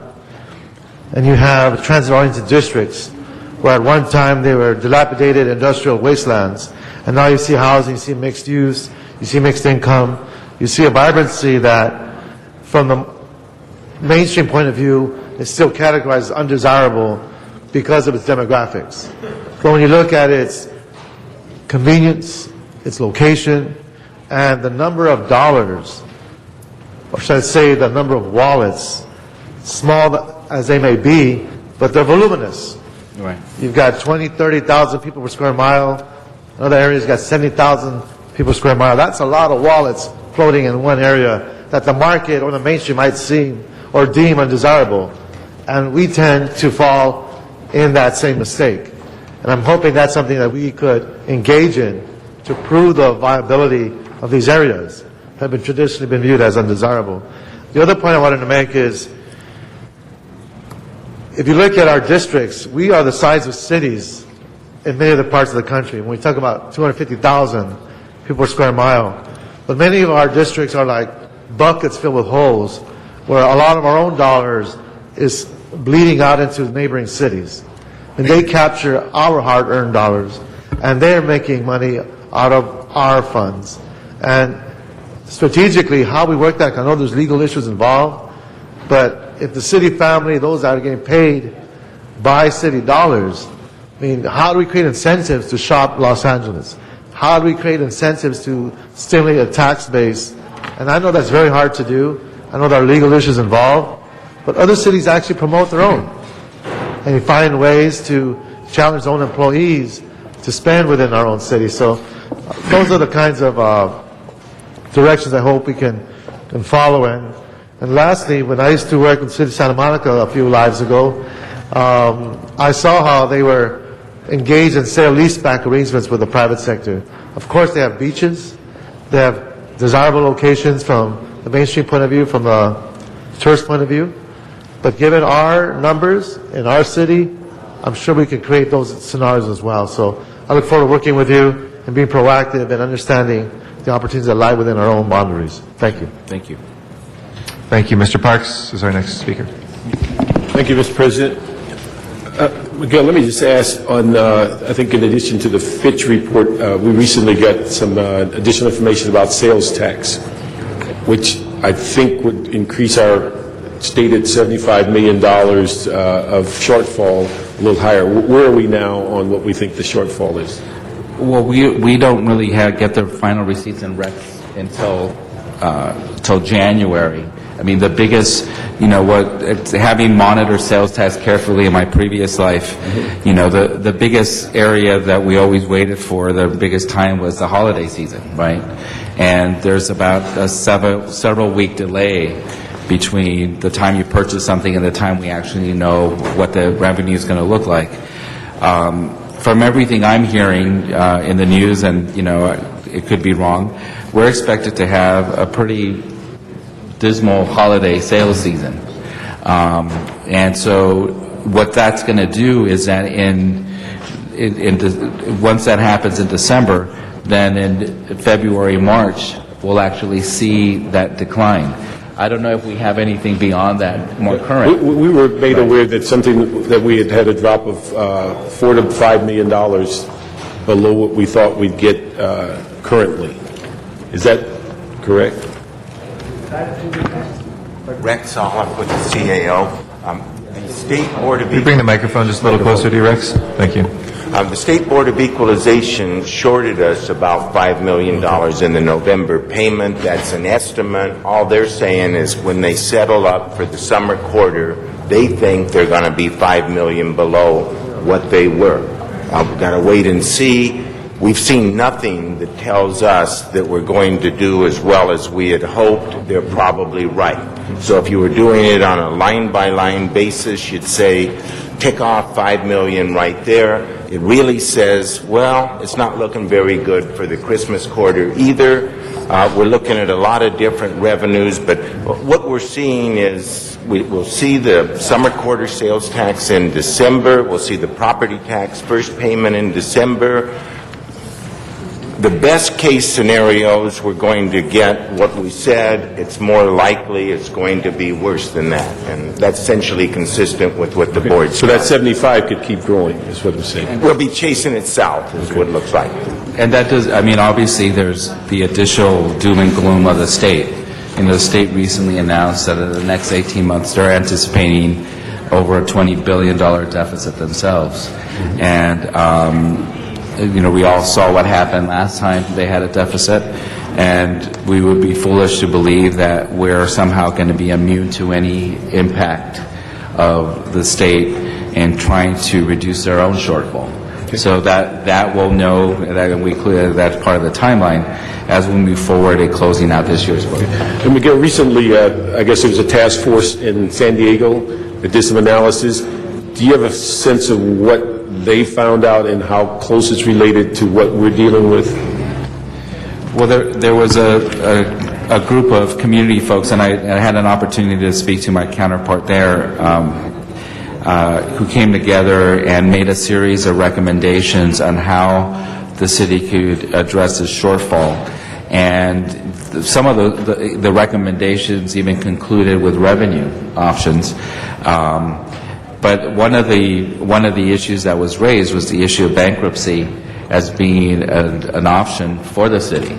Now, I'm certainly, for me, that's the last possible tool that we have in our toolkit, and it's something that it will take a lot. After we've done a lot of different kinds of things, virtually everything physically possible for us, would I be in a situation where I would recommend that as an option. So, it's obviously the dynamics are different here in Los Angeles. We have a different kind of relationship with our friends in labor. They were very impressed with the kinds of solutions that we were able to come up with in this very short period of time with our partners in labor. They couldn't imagine doing the similar kinds of things in San Diego. But at the end of the day, everyone has to close their books. Okay. Do we have a sense that they're doing anything different than we are, or are they confronted problems that we have not foreseen? No, generally we're all facing the same kinds of problems. The revenue loss is consistent across the state, across the country.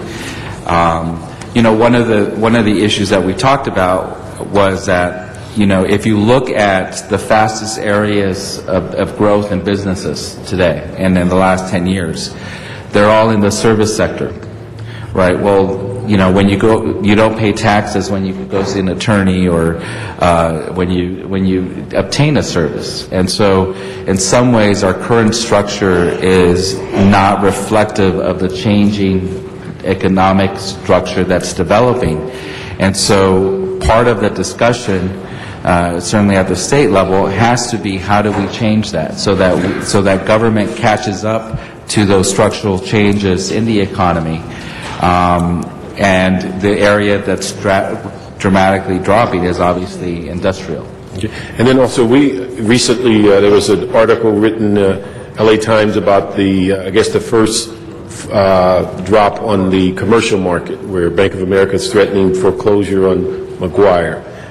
Have we seen what that impact will be, and do we see that as the first step in other commercial investment going under? Well, I read that article as well, and there's some that argue that that's the canary in the mine in terms of what's the next wave of dramatic drops in the economy, and we haven't seen exactly how that impacts us yet. We're hoping that that's not the case, but that's certainly something to look out for that would be added to the existing problem that we currently have. Okay.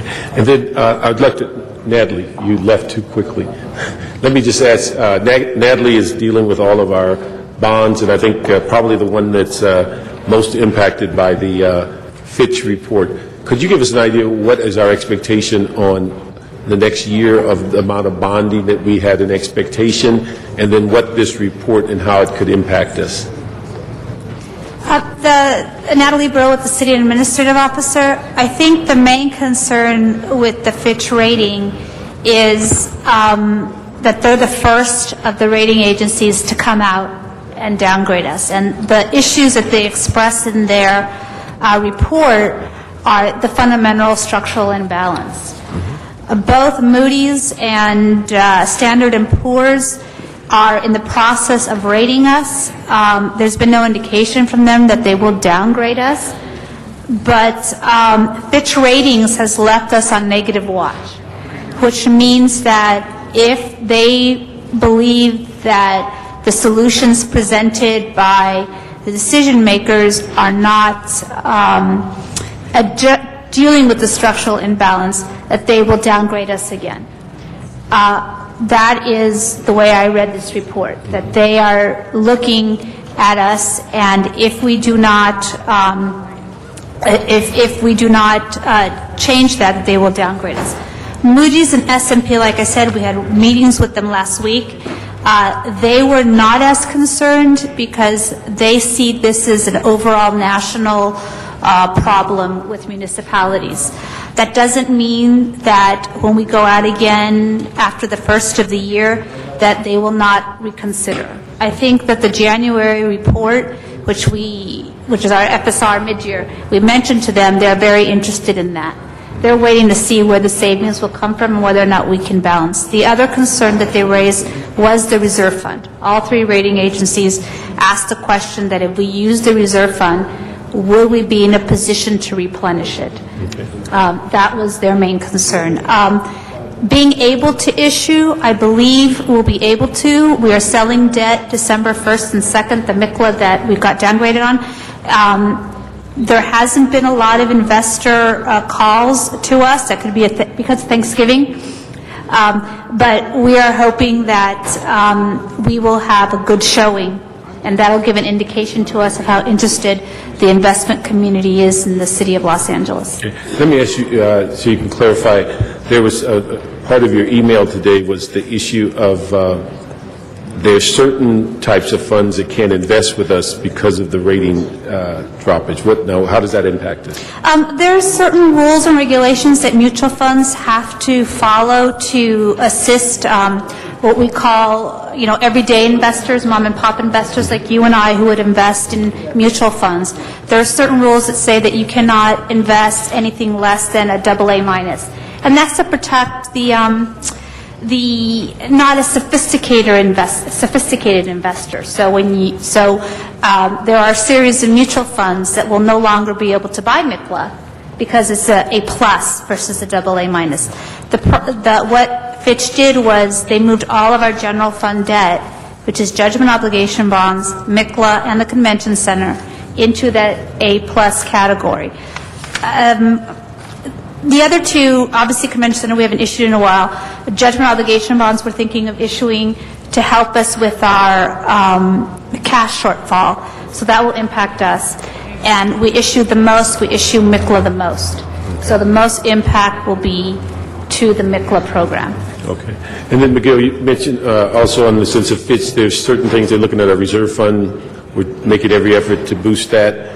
Now, the one area on pensions, you're preparing something or evaluating where we are on the pension. Could you give us a thumbnail where we are on that issue? Well, we hope to come back to your council with recommendations on how to address our pension issues on a future forward basis sometime in January, and possibly have something before the voters in the next election. So there's a team in my office that's working aggressively to come up with some of those alternatives.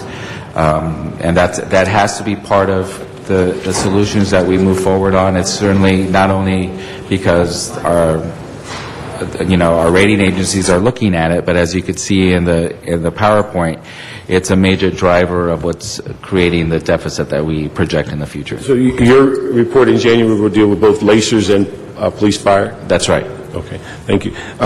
Colleagues, I would just like to draw your attention to two things. We handed out the Fitch report. Probably the most sobering news is this, and then Miguel's chart, I think it's page 10, that if you review those two things, I don't know if you need to read much else as to identify where we are and also what needs to be done. And so it's very graphic on page 10 to show where our funds that are coming in, our revenue and our expenditures, and the wide gap between them.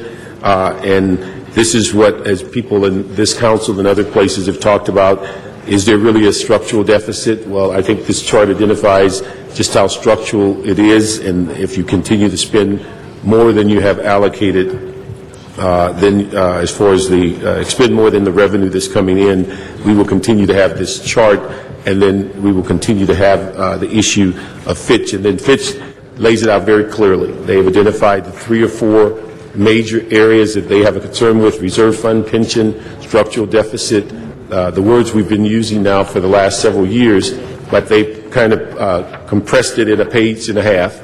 And then on top of it, they very stark headline, downgrades Los Angeles. And so I think it's what we thought would happen sooner, But again, I think there's a lot more work to be done in addressing this. And so I think that, and I appreciate the President's remarks earlier, because it's something that it's no longer an issue of saving a program or saving a department. It's really about the financial health of the city. And so this is what our mission is for the end of this year and going into next year's budget. And I think we all are going to have to set aside some of our pet projects and begin to look at how do we keep the city afloat, because as Miguel said, I don't think any of us want to be here and be a part of the Deuce Conference about a bankruptcy or anywhere close to that. And so one thing I was going to ask Miguel, on your letter to the department heads, instead of amending this report today, we'd like to bring this to budget on Monday and just process it for next week. And that way all of us will get a chance to review it and if there's any comments. But we'll just ask that we get Lynn and Monique to put this on the agenda, and Ray, and that way we won't amend this report today and move that as stated. So colleagues, I would recommend that on item 39 that we move the financial status report. We look forward to the one in January. We also asked you to just really take to heart the comments that were made, the material that was passed out, and really evaluate, as you sit as committee chairs on your individual functional committees, that you also include in those discussions the discussion about finances and funds and how you can assist the city, not just through budget and finance, but every committee has some impact on how and what comes out of your committee, if it has a dollar value to it, if it's a process that we can do better and create a more efficient and effective city.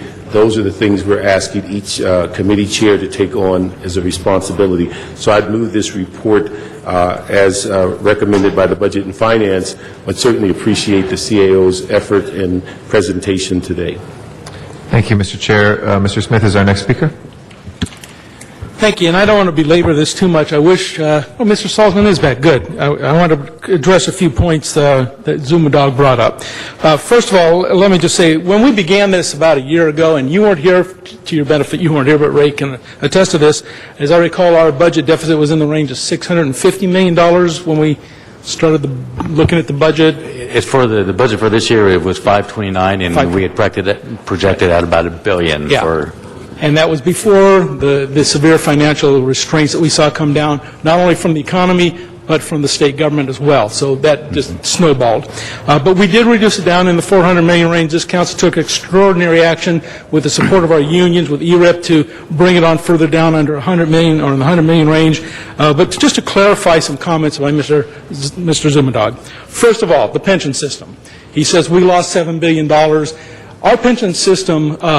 was it extraordinarily worse than the rest of the country? Or was it even worse than the rest of the country?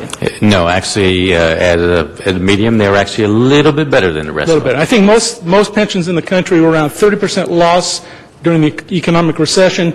Our pension was around 25%. So we did better than most, better on almost all of them.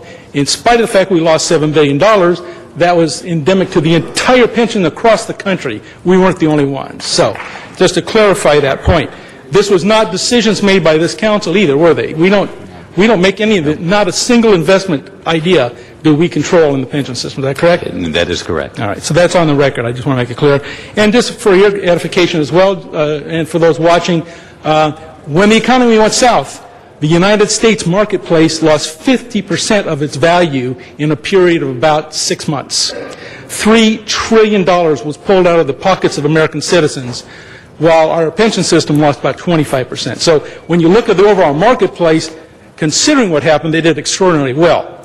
And now we've recuperated about half of that back, as I recall. But for you to know on the council is because of this strange system we have with what we call smoothing, all the impact does not come in 1 year, nor does all the benefit come in 1 year. And so when we see growth in our portfolio, which we picked up half that money, you will see that spread out over 5 and 7 years, depending on which one of the two pension systems.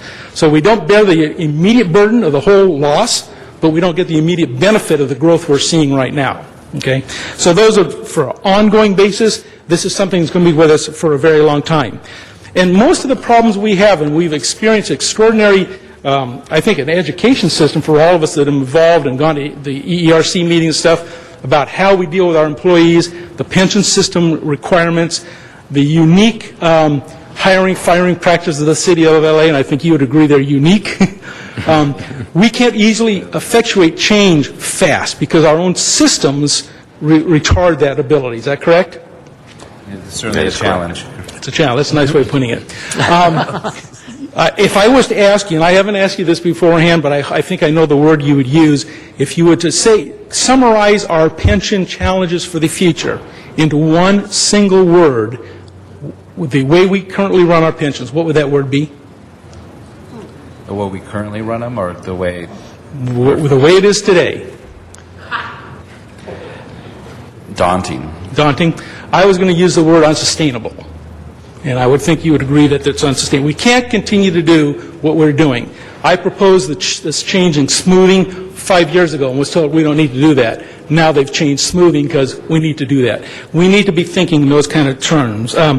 When you talked about garages, and I fought the 3P program for a long time because I thought, one, it's not good to sell your assets at the bottom of the market. That's not an economic model, that's success. And two, the deal we had was modeled on Chicago, which has been a huge failure, in my opinion, and others around the country.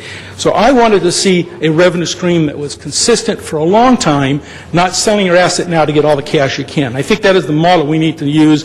The mayor has now come around and saying he is willing to look at it in a different way. And I think Mr. Parks, who is now shaking his head as well, has felt the same way. We needed a different model. So as we look forward, and Mr. Garcetti's comment is, I think we need a different model of government, folks. The government we have today, just like our pension system, is not sustainable.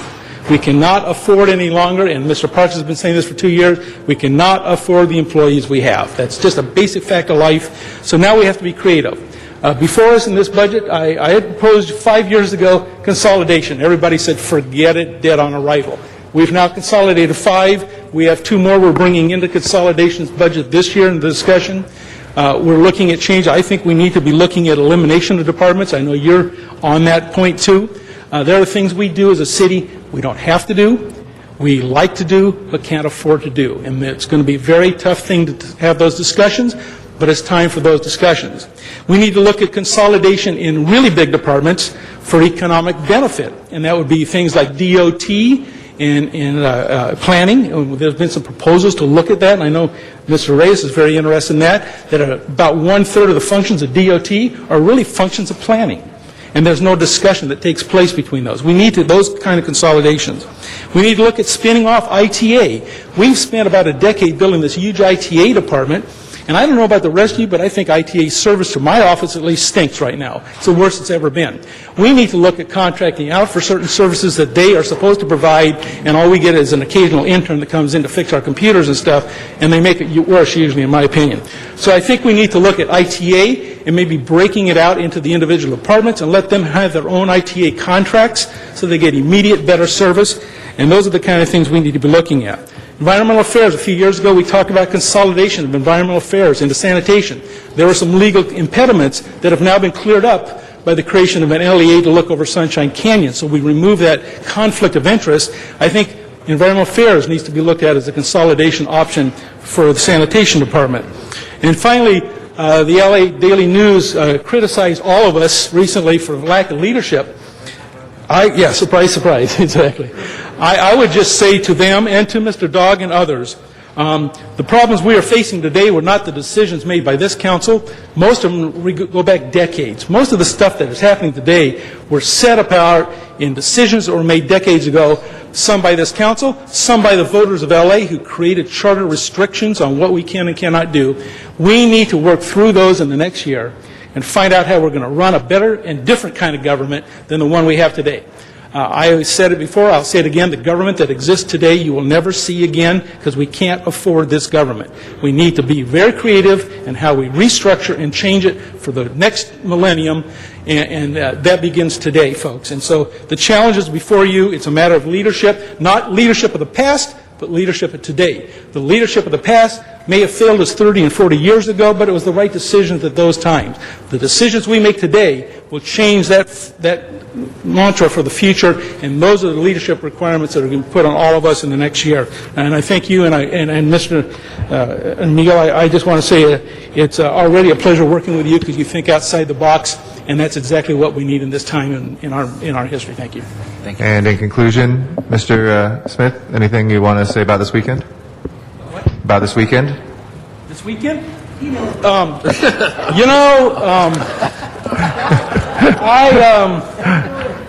I don't know. All right, we'll call on Ms. Perry. We'll call another Trojan. Ms. Perry. Ms. Perry. This Stop is what I have to squeezing say Mr. about Reyes. this weekend, okay? See this? See it? Let's hope. We will have our moment. No, you won't. It's all about hope and aspiration. That's right. We know where we went to school, Mr. Smith, don't we? You know, we don't have to prove anything. Okay, we don't have to prove anything. Okay? I want to say to the CAO that I am very grateful you are here. I am grateful you're here because you are a very plain-spoken, direct person, and you cut your teeth in the county, and that has been to our benefit, and I'm very pleased about that so far. So what I want to say to you, given what you've told us this morning, which I think we already knew, this is not new information, it's just plain out there on paper for the world to see, to understand that I think most people will support you in assisting us in modifying the behavior that maybe we engaged in the past but should not engage in the future. One of those behaviors is having people go outside of the EERC process to negotiate contracts, thinking that they have a deal or an understanding outside of a process that is a recognized process that is there not only for the protection of those who need to negotiate, but for those who are negotiating on behalf of the city. So I wanted to say that publicly and on the record because that's such a large part of the budgeting process and what we do. That is the place where everyone should dump their agenda, dump their objectives, dump their goals and their aspirations on behalf of those for whom they are negotiating, and do it there and there alone. I hope, really hope that, I don't get calls from colleagues who say, oh, they got this or they got that, and they decided they're going to support something before we give you a chance to go through the numbers, verify the numbers, make sure that we are on stable ground before we engage in having a vote on something because maybe it's just too hard to deal with or just too complex to peel back the layers. But I really feel it's extremely important to say that now. And in addition to that, when we talk about the possibility of selling assets or going into other types of programs, I really, really want to support you and encourage you to gather information, to put on the record that maybe people don't necessarily want to hear, which would include things like if there's a program, I think it was in Chicago, something about the parking meters, and I think ultimately, and I'm not sure my memory serves me correctly, but that it wasn't working out and it wasn't necessarily a good program, and that we do need to go for the longer term fix. We cannot go in for these short hits. We have the luxury, and I should think that some of us feel pretty empowered. We are in our third term, and you have absolutely nothing to worry about. And so you should be free and unfettered and be willing to take the boldest step that you can possibly take to make sure that we fix this problem. Appreciate that. Thank you. Ms. Hahn. Thank you. I'm feeling free and unfettered. One of the things I wanted to comment on, Councilor Parks mentioned that it's not just budget and finance. It's all of our committees where we really should be on message about stimulating this economy and jobs. And I think of certainly the Commerce, Trade, and Tourism Committee. We focus on that all the time. And tourism, I think is a huge opportunity for us right now. And this is sort of like the new economy is tourism. And I still think Los Angeles stands to benefit from attracting tourism into our city. I've been told by LA Inc. that a 4% increase in tourism equals about $12 million to our general fund. So those are the general fund dollars. Those are the ones we like to have. And I think we should, and that depends on having the city safe. I mean, it's sort of all related. We need to always make sure that public safety is a priority because that's what people look at when they're planning vacations or even staycations. They want to see close by where they can come and enjoy themselves. On that note, I really want us to continue to support, building the waterfront down in the harbor area. I really believe that's LA's waterfront. That's just not a waterfront for San Pedro or Wilmington. It's clearly our waterfront. And that EIR was just approved. But I really want us to, even from your office, working with the Port of Los Angeles to support them building that waterfront. It's going to create something like 19,000 good construction jobs. Ultimately, it'll be more retail, more restaurants, again, to benefit tourism, which, I think will really begin to infuse the local economy down there, but certainly all through Los Angeles with some dollars. So I want us to be connected to the things that I think are going on in the city that could be really important. I believe that waterfront will probably be budget-driven, so the port will be looking at certainly their revenue, which is declining, with what's happening in the cargo world. But I think there's an opportunity, and I want us to be on the same page in encouraging them to continue to build this waterfront, which will be a huge boon, I think, to this economy. One of the things that you brought up, Michael, I thought was interesting when you said the convention center. And you said, have you talked to the general manager of the convention center lately? Because there are certain things they want to do. Well, as a matter of fact, I do talk to him regularly, and we just approved in our committee, and I believe on the council, to allow them to do this flexible pricing. So that in down terms, we've given them now the authority to maybe rent the space for less. It's better for their customers, and it's certainly better for them. They're taking times of the year or cancellations, and we've given them the authority to do that. But on that note, it bothers me a little bit that, apparently he has a lot more ideas. Okay, well, where are those ideas coming to? We have asked our general managers on a number of occasions, bring us your ideas. What will make it work better for you? We're pretty good about, I know most of us in our committees, we work with our general managers. And if they have good ideas like this flexible pricing, when we found out about it, we moved very quickly on our committee to make sure that happened. So I don't really like hearing that they've got all these ideas and they're not really getting to the proper table. So maybe that comes from you, that you continue to reach out to them and get their ideas and then make some recommendations to us. That shouldn't be a difficult process. Well, I don't really like hearing that they've got good ideas and we haven't acted on them yet. Well, I think what I was trying to say is that you can hold my time. The issues that are raised that limit their effectiveness are not specific to the convention center. They are specific to the way the city operates in general. So when you're under managed hiring, which every city department is, and you have to establish a very strong case as to why you should be allowed to hire someone, our bottom line is trying to generate that savings. He may need to hire somebody who, in comparison to another department, falls under a different priority. So I want to clarify that, most of his concerns are systemic to the city.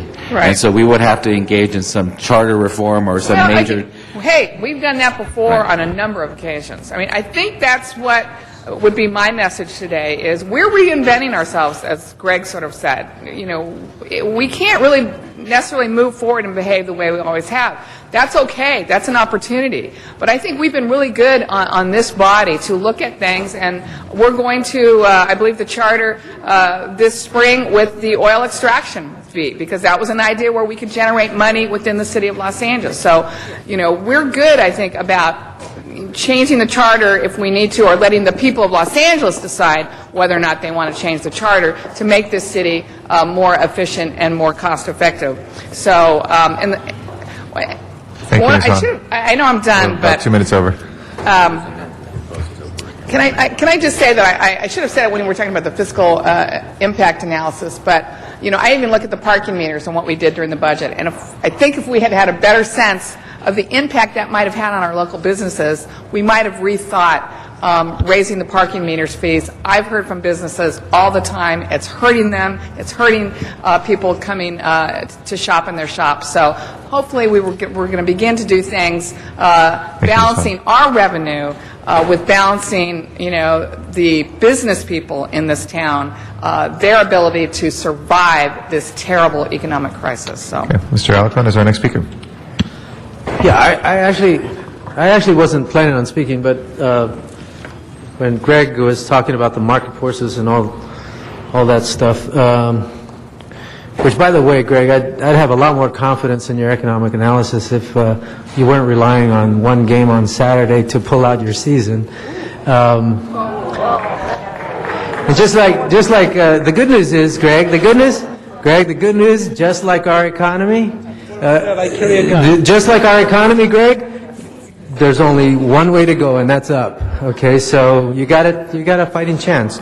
I'm not a UCLA guy, so I'm just saying I'll be doing something else Saturday.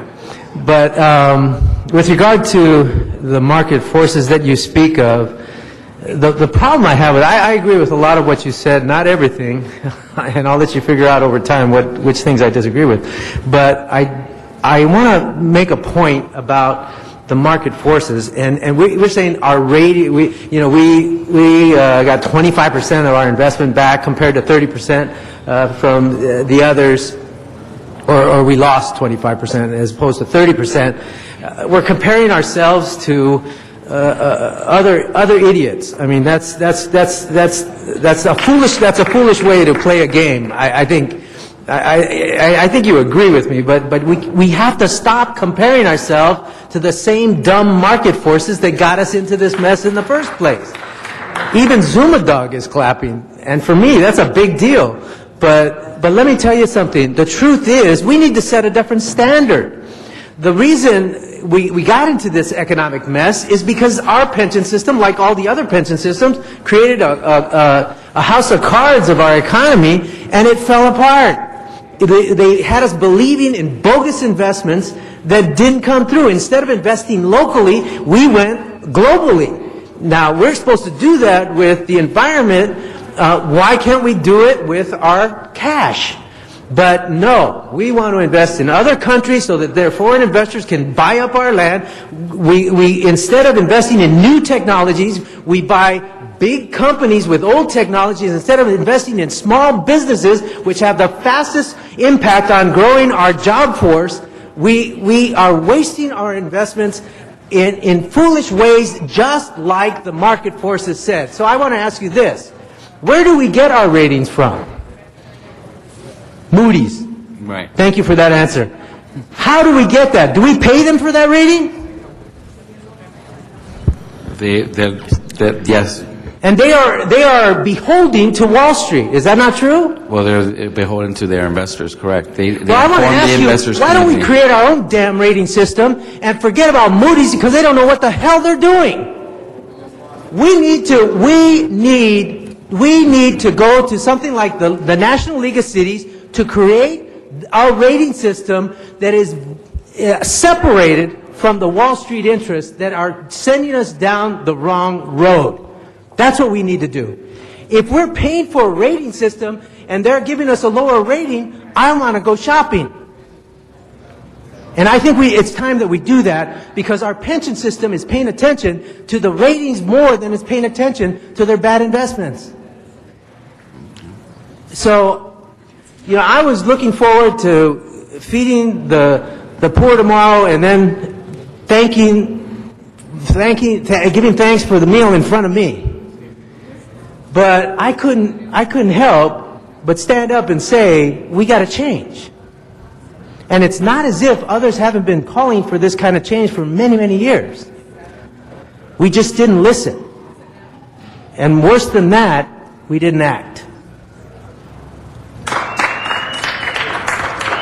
Ladies and gentlemen, I present Tom Labange. Thank you very much. I think it would be helpful on the third floor if you had an office of ideas that you could just walk into and there'd be one person. We turn around, I'm not kidding, we will turn around and I say this, I say, Avak, I need a motion. Avak could take what I ever have in my mind, put it in some form that's right, and then go forward. But there should be an Office of Ideas to help facilitate things. And also, I think maybe, members, it's time we look to give the CAO's office maybe a little more power in the sense of some things that we're not going to be able to do what we did traditionally. I know Mr. Parks and Mr. Smith are talking, but the city has drastically changed. I started here in 1974, full-time in 1976. In 1978, Prop 13. The real thing that you saw out in the street, there was 247 trucksters who were the gentlemen who had a three-wheel cart who would sweep Broadway, Hollywood Boulevard, Wilshire. They were eliminated immediately. There were 5 members on an engine company. And I know the 99s up there was the effort to try to stop losing the 5th member. They lost it. That's physically what was lost. And I think 8 painters, as told to me by the former mayor, Jim Hahn, in total. That being said, it's going to be a lot different as we go forward, and we have to rethink anything. I know when Mr. Smith was talking, public works and public safety is the key to everything in the effort there. Why are we spending millions of dollars on cleaning up what's going downstream instead of spending less millions on cleaning our streets upstream is perplexing to me. I know on Prop O, I wanted to try to get money in for street cleaners. 80% of all debris is in with 1 foot of the curb, and that's a real important program. And also to take that element out of street services and put it into sanitation, where you could have that being done and look at some of those concepts and ideas. I have a report that I'm going to pass out in a timely manner. Will you pass this out for me, please? This is the 1947 report from the city government of Los Angeles. The brief report is a chart to be presented to the citizens to show sources of city funds. Only 3% of the funds paid for by the citizens go to the city. The remainder go to the county, the schools, special districts, state and federal government. Approximately 70% goes to Washington. Special districts include the flood control and the Metropolitan Water District is administered by those associations. Also, it has this, and if I could ask you if you would be so kind to give to the CAO, and they have that, it shows where the dollar, and I know the CAO's office prepares this, where the dollar is shared, but how your city dollars are spent. And back in 47, we did do transportation as well, as you could see, but it talked 4%, 40 cents. 40 cents went to public safety. What's it go to now, you know? Of our general fund? Yeah. Closer to almost 70%. 70 cents. How much goes to public works? Pensions. What was pensions in retirement? Back then it was 7 cents out of $1. You can see here, we do need to inform the public, and I think that fine gentleman to the left may have seen this before. I know there's a work request in for you to update it. I have something on my desk that I will send you, actually. Yeah. That will be up. You know, so this, we got to tell the people. And also, at the same time, too, can we get the same graphics as well? Members, and I'll close right there with this. LAPD, 20 police divisions. They have a metropolitan division that helps out citywide on problems. We may need to create a metropolitan department that maybe, let's say, if we are, and in concept, have special needs where there's support from the hiring hall, support from staffing, support from administrative staffing at certain periods of time. You know, if we're not hiring, how much administration do you need in personnel? But if we need to have it shift and move, because as I've explained in community groups, as you see seated, there are empty spaces. That's going to be empty spaces of people who used to serve the city. We have to identify them and look at it. Anyway, the other concept, too, I would ask, because I know Mr. Alarcon had a strong statement there, on issues related to not quite a city manager, but who's totally driving the vision? Who's making us remind us? You know, we didn't do anything about the water pipes. And DWP had a problem. And on one hand, that's classic. That was 100 years of service that those pipes were given, 70 years of service.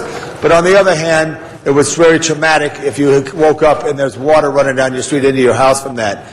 On one hand, you say, great, you got something to be used. And the truth is, if you look at DWP trucks, they run them longer and harder than the city trucks, because that's what they've always done, to maximize their use on them. That's a good value, but at the same time, how does it value out? Thank you, Mr. Garcetti. No problem. Mr. Weezer is our next speaker, and then Ms. Perry is on for a second time. Thank you, Mr. President. I just want to make a technical correction on the report. Item number 12, where it says council, we could add Council District 14. That's just a clarification so that we are clear that those are Council District 14. That's it. Thank you. Thank you. Ms. Perry, did you want to speak a second time? All right, Ms. Perry passes, and we thank her for her discretion. There's nobody else on the speaker queue, so thank you. We have the report that has been moved. We had a public hearing, sir, and nobody moved to reopen it, so apologies. There is the motion before us. Let's go ahead then and open the roll on the committee report with the amendment as well. Close the report and tabulate the vote. 11 ayes. That is approved. If we can take up the nomination of Mr. Hollis. And that's, Mr. President, in the special meeting. Oh, no, sorry, we have to do number 3 at the same time. I'm sorry, one item before, yeah. Let's take up item number 3, and we'll recess adjourn the special meeting. Let's take up item 3, and then we'll take up the CRA I'm sorry, Mr. President, the CRA is in the special meeting, and we do council have hasn't... that. Okay, let's hold that, then let's temporarily recess and go back to the regular meeting, and item number 3 is before us.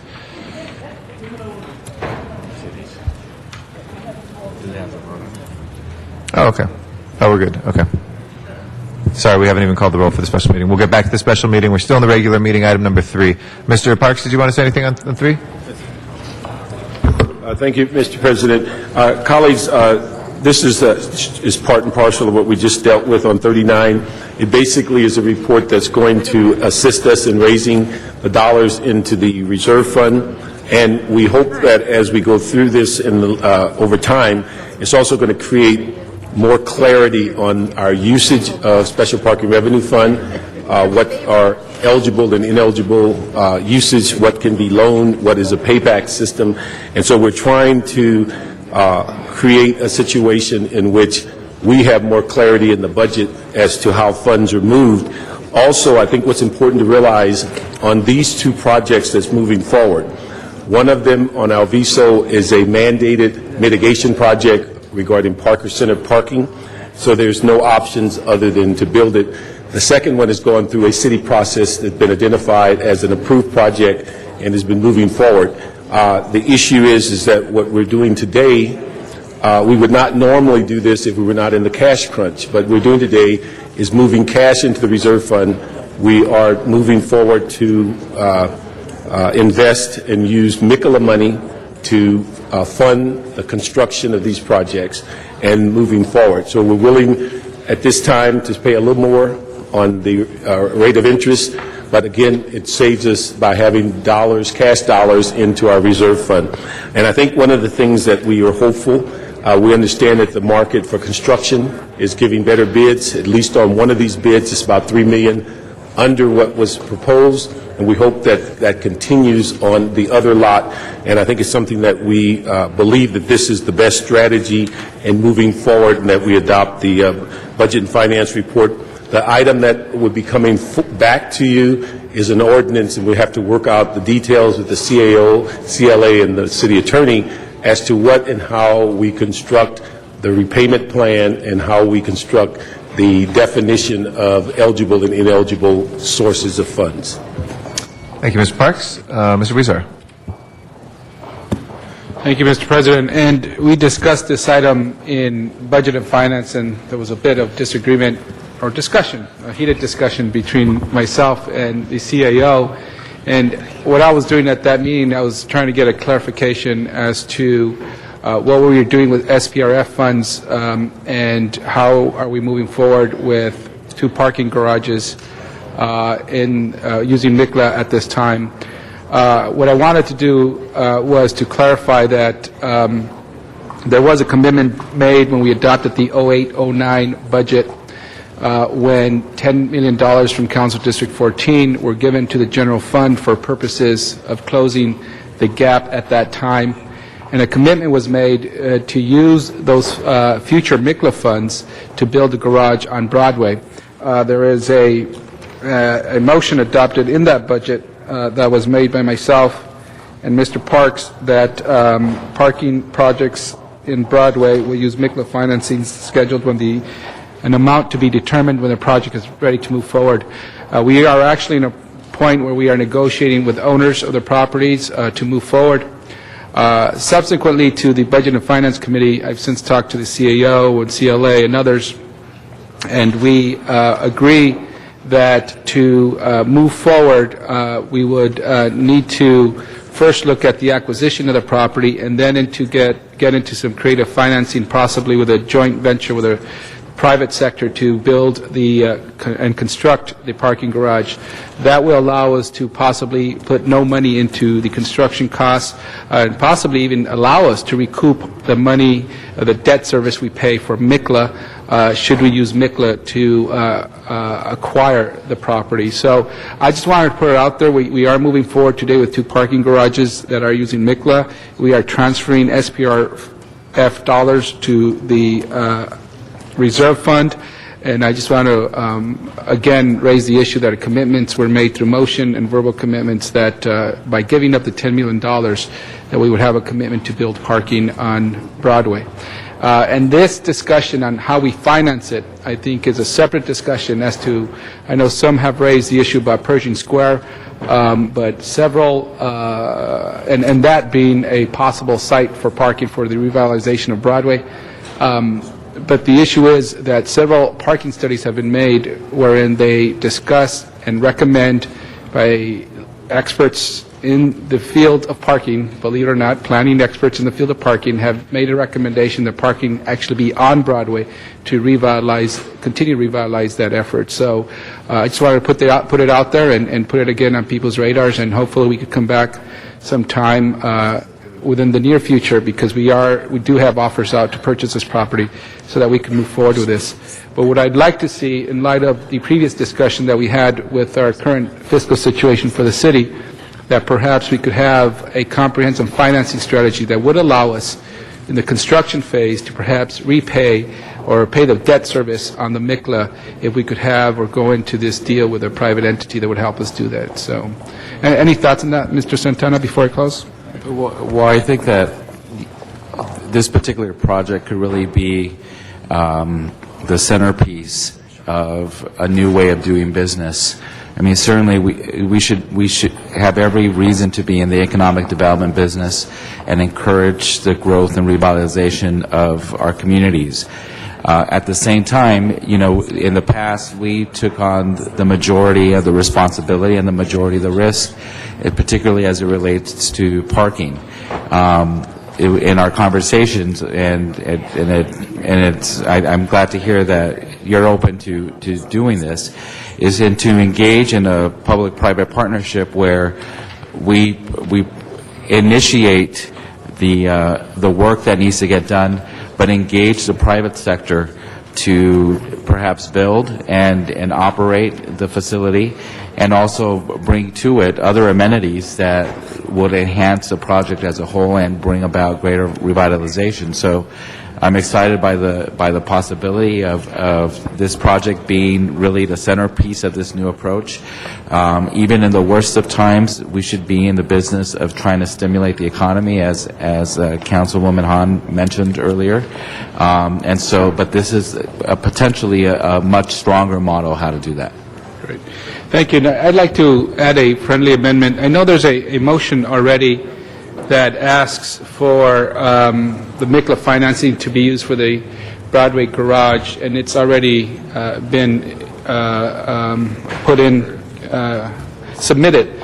I'd like to add a friendly amendment that we get a report back on that motion to Budget and Finance within 45 days, and that it include the Economic Research Associates analysis report, which is coming out today, or should have come out within the last half hour, that reviewed the economic costs and benefits of additional parking on Broadway, and that you incorporate your report using that report as well. We could have that back to us within 45 days in Budget and Finance. Sure. Okay, great. Thank you. Thank you. Without objection, that'll be included. Ms. Perry. Yep. With that, we'll go ahead and move the report as amended. Please open the roll, close the roll, and tabulate the vote. 11 ayes. Thank you, and on behalf of a very patient Hollywood stakeholder community, we thank you today for moving forward on the Vine Street Garage. If we can take up the nomination of Mr. Hollis, which is number... That's number 35. Would you like me to call the roll for the special meeting? Yes, please, let's call the roll. Alarcon, Cardenas, Han, Weezer, Koretz, Labange, Parks, Perry, Reyes, Rosendahl, Smith, Wesson, Zine, Garcetti, 11 members present, and a quorum, Mr. President. Okay, first items, please. First item is item number 35, and that's confirmation of the interim appointment of Mr. Calvin Hollis for the CRA, and a committee report has been submitted and distributed to the council members. Okay, why don't we have Mr. Hollis come forward? And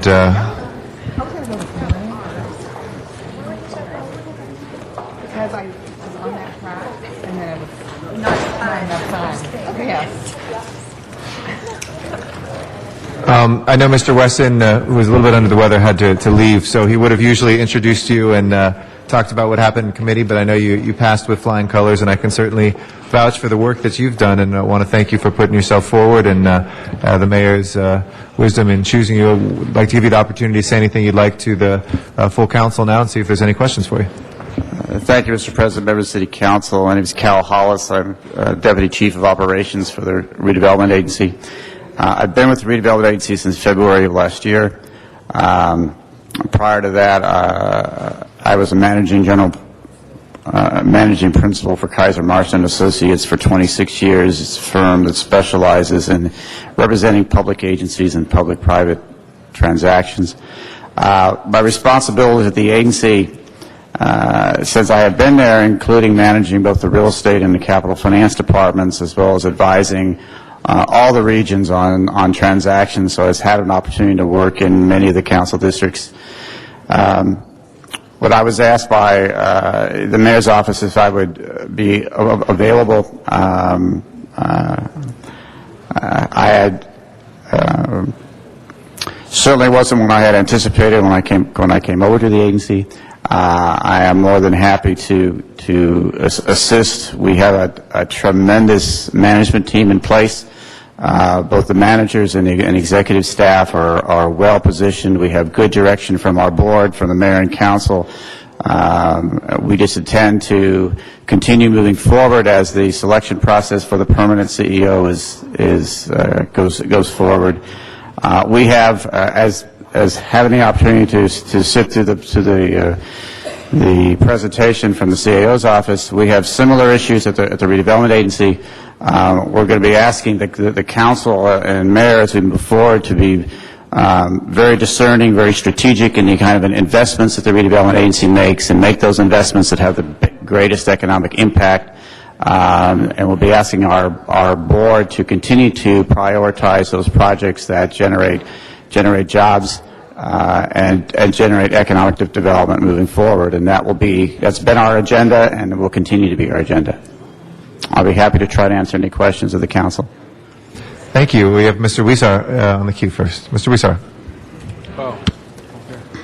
Thank you. I just wanted to thank you, Cal, for the work you've done in downtown, and you've been very responsive to our efforts on bringing back Broadway. We certainly appreciate that. And someone with your background and knowledge, when we council members get some crazy ideas, or we just simply want to know simple things about how do we revitalize communities, you've really been a wealth of experience there. So we look forward to working with you for now. And given the fiscal situation that we find ourselves in, where the state has taken a lot of our redevelopment efforts, we're certainly trying to look around how to keep some of those projects moving forward that were on the books already, that we promised the community, but we either have to put in the back burner or find different ways to finance them. I just ask that you keep in mind the large projects as you would the small projects, because some of the money we're using, tax increment money that we're using to redo sidewalks and fix streetscapes in neighborhoods that have been neglected for years, I think those impact a neighborhood as much as the large commercial redevelopment that's coming down the street in terms of community pride, in terms of giving the local residents the basic necessities they need. So thank you, and we look forward to working with you. Thank you. Thank you. Ms. Hahn is our next speaker, and then Mr. Alarcon. Thank you, Mr. President. I just wanted to say I really want to work closely with you. We have some great redevelopment projects going on in the harbor area. And I know there's talk about the budget, obviously, and budget constraints and consolidating offices. And I just will say on the record, the CRA office in Watts has been absolutely invaluable towards moving forward a sense of community solidarity around some of the CRA projects. And I know people can do work from anywhere, and you're going to have to look at budget issues. But I will tell you, having Charlotte Brimmer there in Watts, coming to this Monday morning Watts Gang Task Force, having the office right there, has really helped to propel the mission of CRA and figuring out how to coordinate it with some of the goals of the Watts community. So just keep that in mind. I want to work with you. I think I have some ideas on maybe how we can maybe work with some shared office space with my council office. So I want you to know I'm thinking about it, but I just want to think the end goal should not be to move the CRA office out of Watts. It's critical, I think, as we move forward with several of the projects, whether it's the Watts Star Theater or the skate park that we're doing. It's a community that really likes to have all of the departments together as we move forward. So I want to work with you, though, on that. I'm not going to just throw it at you. I think I have some ideas, but just know that on the record, I think it's critical that that office stay there. Thank you, Councilman. We are looking very carefully at our administrative expenses. And as we speak right now, Charlotte is meeting with our landlord in Watts and attempting to renegotiate that lease. So Okay. we understand the importance of being in that community, and we're going to find a way to do that. Thank you. It is a unique community. It has unique ideas, but I think that's positive when we're all together. I think we can move forward all of our agendas, and I think that's helpful. So thank you. Thank you. Mr. Alarcon is our next speaker, and then Mr. LaBanche.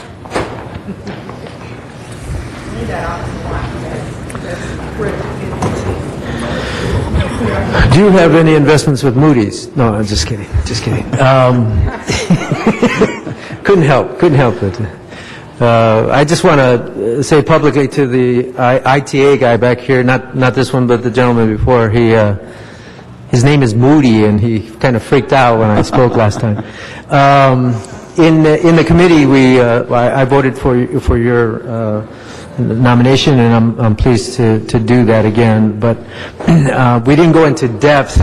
Frankly, Herb Wesson runs a tight ship, and a lot of questions sort of run counter to his way of thinking. So, but I did want to ask you.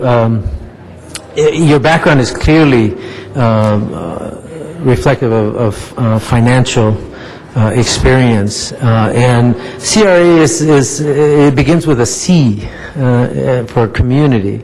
And one of the things that I loved about Cecilia Estelano was she really understood the community side of it. She understood that on a large project like Price Vista in my district, that we had to have a very extensive community benefits agreement with partners in the community that truly were looking out for the interests of the community. And now almost every large project is going to have a community benefits agreement, and partnerships have to be built with the community, but there has to be sort of an understanding of the culture, the nature of the community in order to develop effective community redevelopment projects.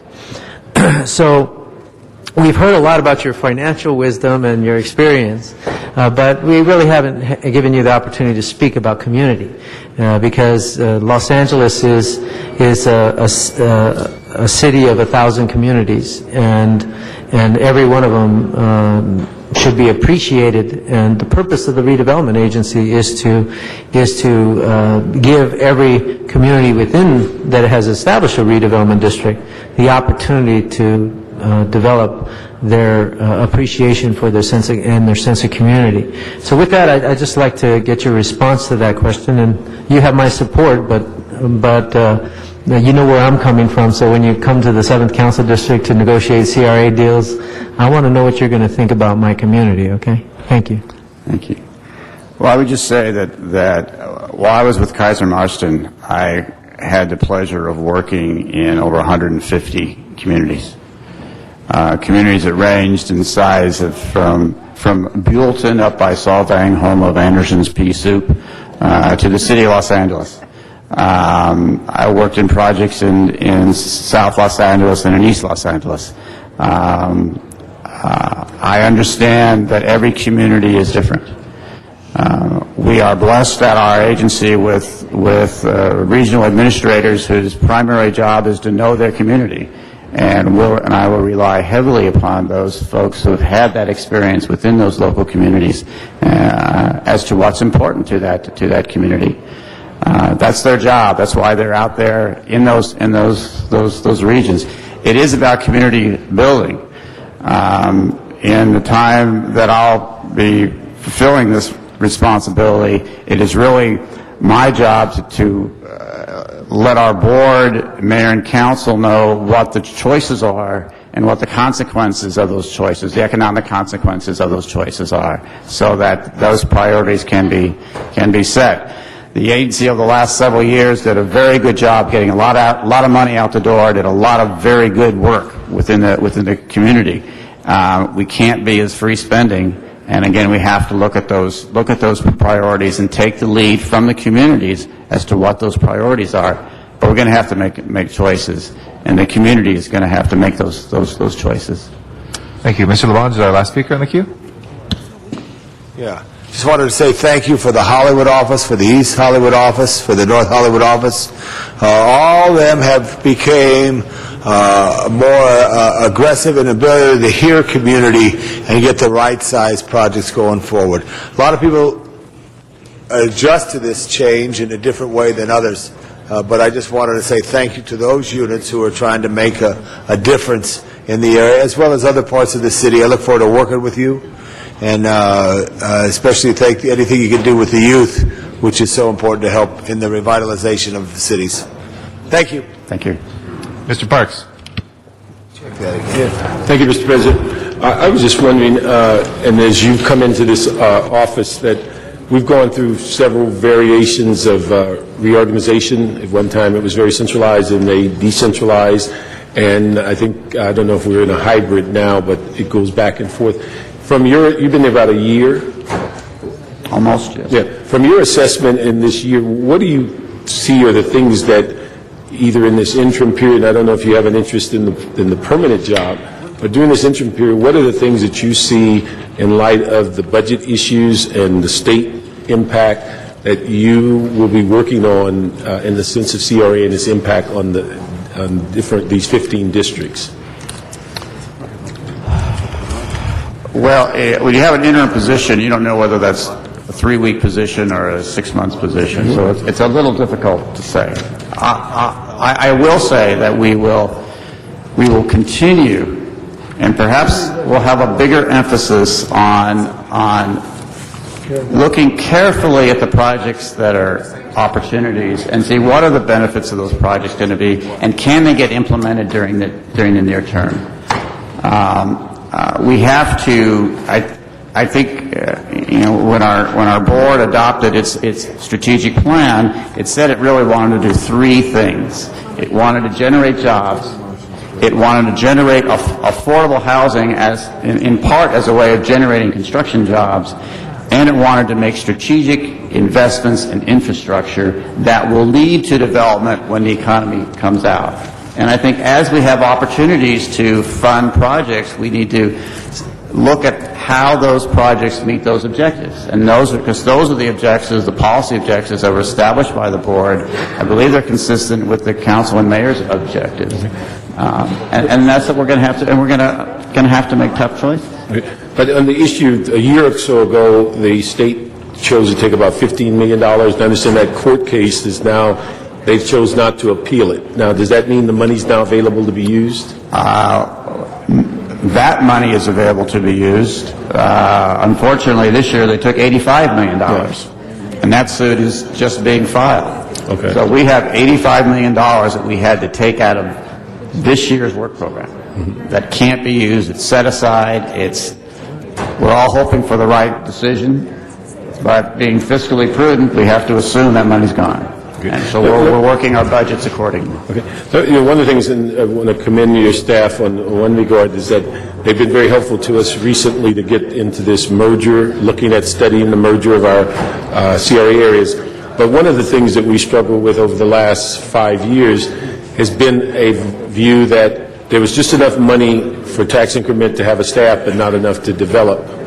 And that's been a frustration that we're in, depending on whose perspective it is, we have about 6 regions, of which I believe only one of them is on the positive side, the other's all in deficit. And it's taken us about 5 to 6 years to get to the point to even consider the merger. And just wondering if you've been able to look at those areas to see, when you have this deficit area, how we can best address some of the needs of development.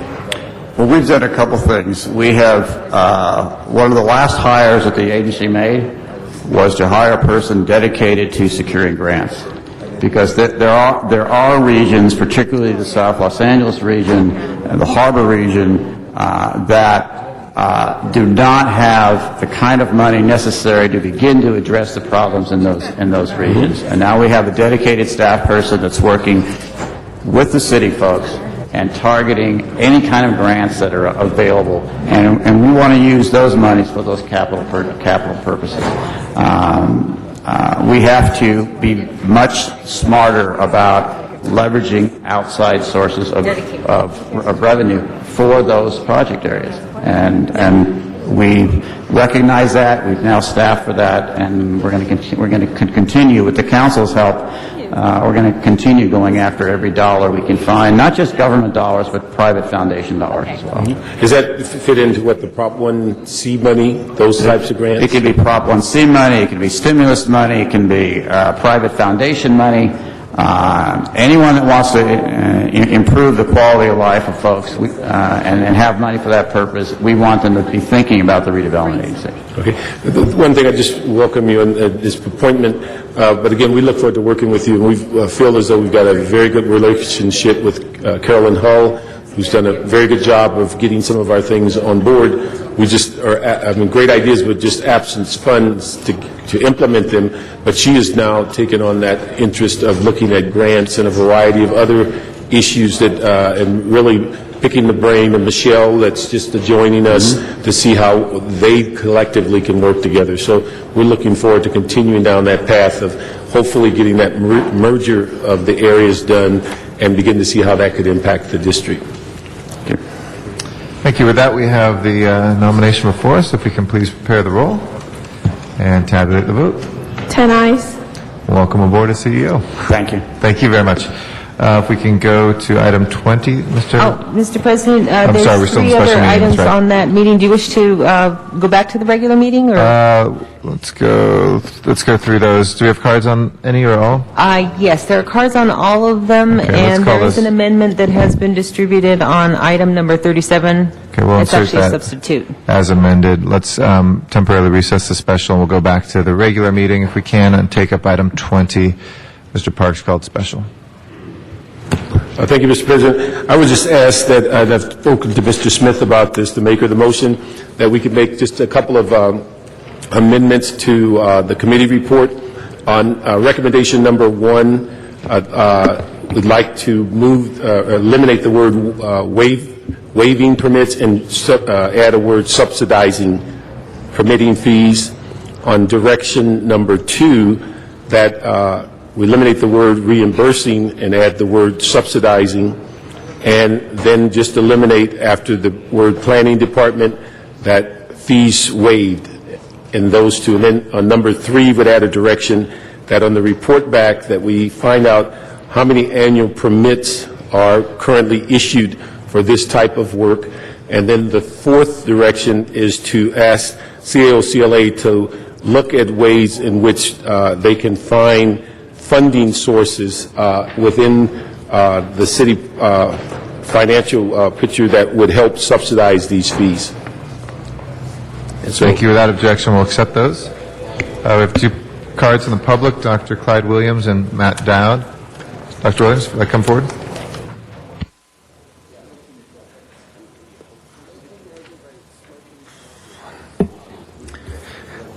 Dr. Clyde Williams, El Sereno, Northeast LA. This is almost a waste of everybody's time. The the subsidy from DWP to the landowner is $1 per square foot. It costs about, the AstroTurf, or equivalent, costs about $7 per square foot. However, that's not the real problem. The real problem is, in order to get it, you must go through a very complicated procedure of documenting how much you have, what it is, how long you've had it, etc., etc., etc. Then you put on top of that the planning department and various other city procedures, and the requirements become just so onerous that people just do it on their own. It's similar to, in our area of El Sereno, the hillside ordinance becomes so onerous to the building of walls, the building of decks, the building of trellises, that it costs $5,000 to build a deck without the cost of materials, labor, or anything else. So people just avoid cutting the permits because the procedures are so onerous. So relative to fees in the first clause, make it relative to fees and procedures. Can it be simplified? This is just changing turf. And it's frankly a lot easier just to do it on our own without any permits, without any rebate from DWP, because it just takes so long to get anything through DWP. Thank you. Matt Dowd is our next speaker. Yeah, I've got to take 1 minute on this one for Channel 35. Here's what they're trying to do is, see, we want people to put drought-tolerant landscaping or synthetic turf, right? And as far as Greg Smith, too, just from as far as my lawsuit, think of me as Vince Young, since you understand football talk.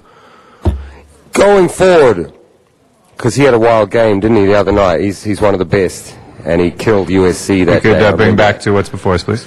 Well, we're talking about turf, artificial turf. We might be putting it into the Coliseum. They've already probably got it there. But anyway, you're trying to get the DWP to waive, to refund the fees that the city will waive, the permit fees for installing. But when they put the drought-resistant stuff in, then the DWP is not going to get any money from the water. So why would they want to pay? They're already there to make money for the taxpayers. That will close our public comment. Mr. Smith? Yes, this really was brought forth by, and as he said, we're asking people to be putting in drought-tolerant landscaping, and yet then they have to go get a permit to do that, which I just thought was wrong. We're asking citizens to go out and be good citizens and save water, and then we're going to charge you to do that. That's not the way we should be doing business. I don't know how many permits we give, and I think that's what Mr. Parks put in his motion, was ask how many of those we do, how much is it costing us. But really we ought to look at it, instead of just waiving fees for this, just eliminating that fee or tax altogether. Because I doubt if there's that many people. And if we really want to change the city of LA and the look of it and have people use more drought-tolerant plants and stuff, then we should reward them rather than penalize them. So those are the discussions that we'll have back in the report back, and that's what brought about the motion. Is I had a woman call me and say, you want me to do this, and then you want to charge me $200 for a permit to do it. How stupid could I be if I go ahead and do what you asked me to do? So that's what brought about the discussion. Water and Power agrees with me on this issue, so let's have that discussion, and I thank Mr. Parks for those considerations. I'm willing to support those because I think it asks the questions that we need to be asking. Thank you. If there's no further members on the queue, let's go ahead and prepare the roll on the motion, close the roll, and tabulate the vote. 10 ayes. That is approved. If we can go to the next item called special, please. Next item is item 24, and that was called special for cards. Mr. Sachs, if you'd like to come forward on item 24.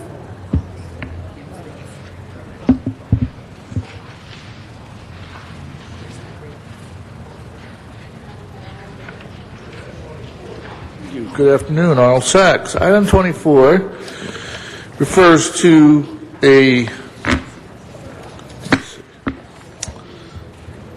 criminalizing the practice of wage theft in the city of Los Angeles. Start with yourselves. From what I understand, 5.5 hours yesterday talking about pot clinics when Councilman This is a very Reyes specific item that's before us about folks who... steal money from the city of L.A. No, that's not Wage correct. theft. That's not correct, sir. That's too broad. It's a very specific proposal before us for employers that of not paid employees that they are legally obligated to pay. So if you could keep your comments on that, thank you.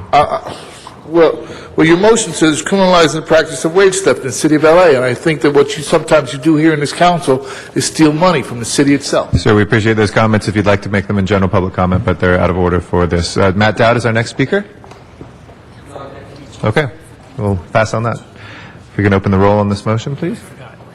Close the roll and tabulate the vote. 10 ayes. That is approved. Next item, please. Item number 26, call special for cards, and there is a substitute motion that has been distributed. Okay, Mr. Sachs on item number 26. He'll be followed by Matt Dowd.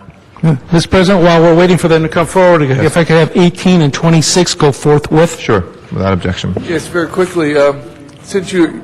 Hold on, after... Forthwith on the matter of the Miracle Mile BID. Okay, we'll make sure we get that one. Thank you. Go ahead, Mr. Sachs, sorry. Since City Council spent so much time slapping themselves on the back, I was wondering if this bust of Nate Holden will be the bust of Nate Holden, or as his nickname in the council from years ago used to be Sleepy Nate Holden. Our next speaker is Matt Dowd on this item. Yes, the great Nate Holden. See, I'm sure he did a far better job than Herb Weston ever did. That's why he's getting nominated. That's why he's got a Performing Arts Center. See, Herb Weston's never here. And that's what I'm talking about. That's why this guy's going to get one and Herb Weston is not. Because all he does is gives away puppies and lets the constituency down. That's his... He's never here. I'm very disappointed, and Nate Holden deserves this. Sir, if you could please make comments that are not of a personal nature right now. He happens to be out ill today, but the attendance record as a matter of record for Mr. Weston is actually quite strong. We'll give you your seconds back. Don't freak out. Go ahead. And oh yes, thank you. And it should be for a court to determine whether, personal. I'm making personal comments about his performance. I don't think he's done anything. And Nate Holden deserves this, and when we're done with his bust, we'll give it back. Thank you very much for your comments. That will close our general public comment on that item. If we can open the roll, close the roll, and tabulate the vote. 10 ayes. That is approved. Next item, please. Item number 27, call special for cards. Mr. Dowd, do you want to start out on this one? And Mr. Sachs, you can follow on that? Go ahead. Yeah, you first, Mr. Dowd. Yeah, I'll waive this one. Okay. Mr. Sachs?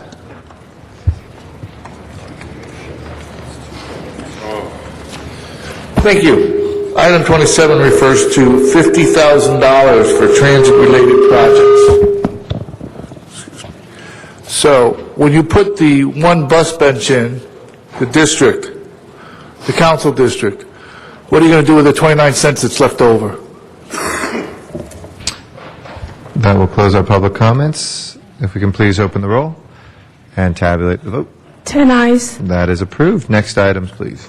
Item 29, call special for cards. All right, Mr. Dowd, and then Mr. Sachs to follow.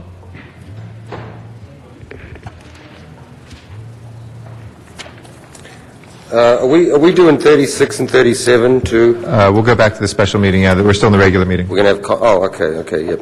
Thank you. Okay, yes. Develop a website to provide public transit users, residents, businesses to the 8th Council District information regarding traffic conditions and bus lines during the Expo Line construction. How lovely. See, but this is the kind of thing you need to do for the medical marijuana as well. Put everybody on a website and you'll see that in the end, that's the only way to regulate it efficiently. Mr. Sachs?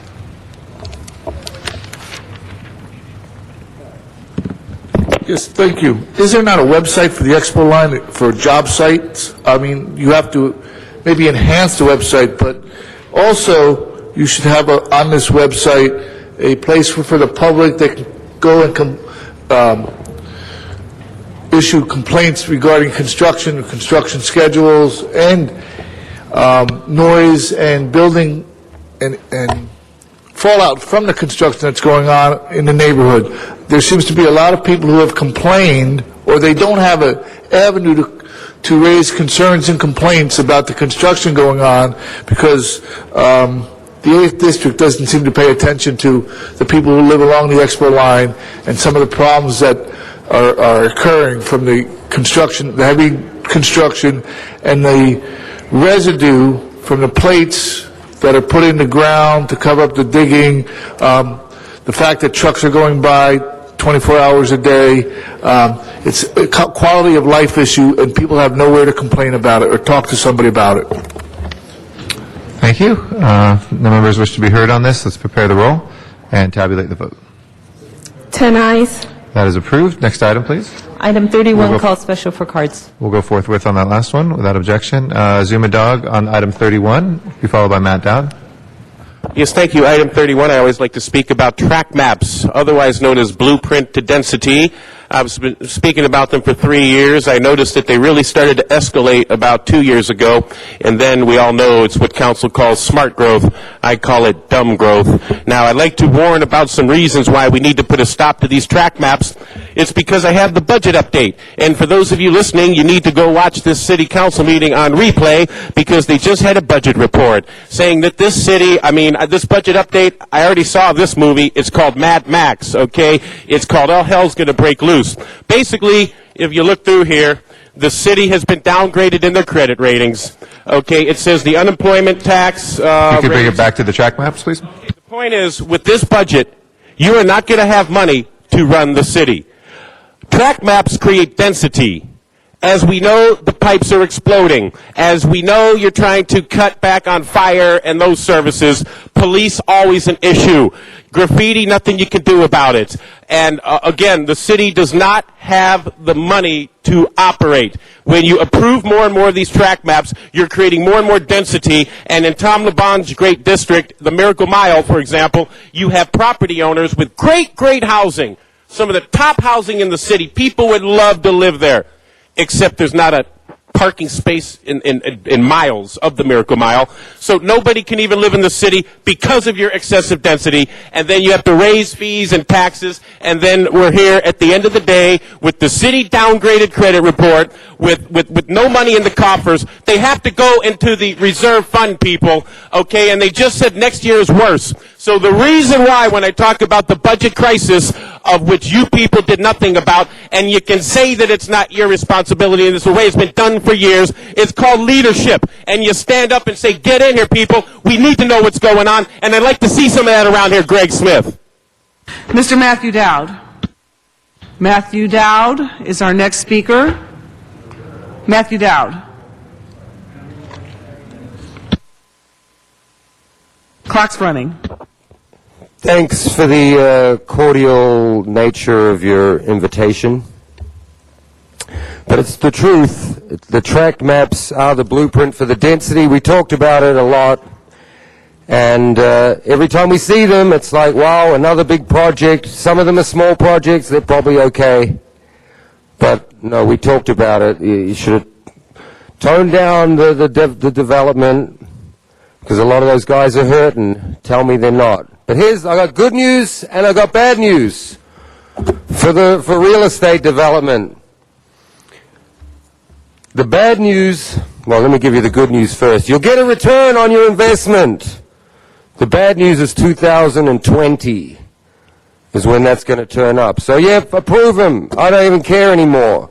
Let them develop. You know what the market's like. Kick them all through. It's all, the market already did it for us. Oh, and let me just use up my final couple of seconds to say that we're going to take out Rule 12 out of the decorum, too. You might as well post that one up. The federal judge, I think, is going to just...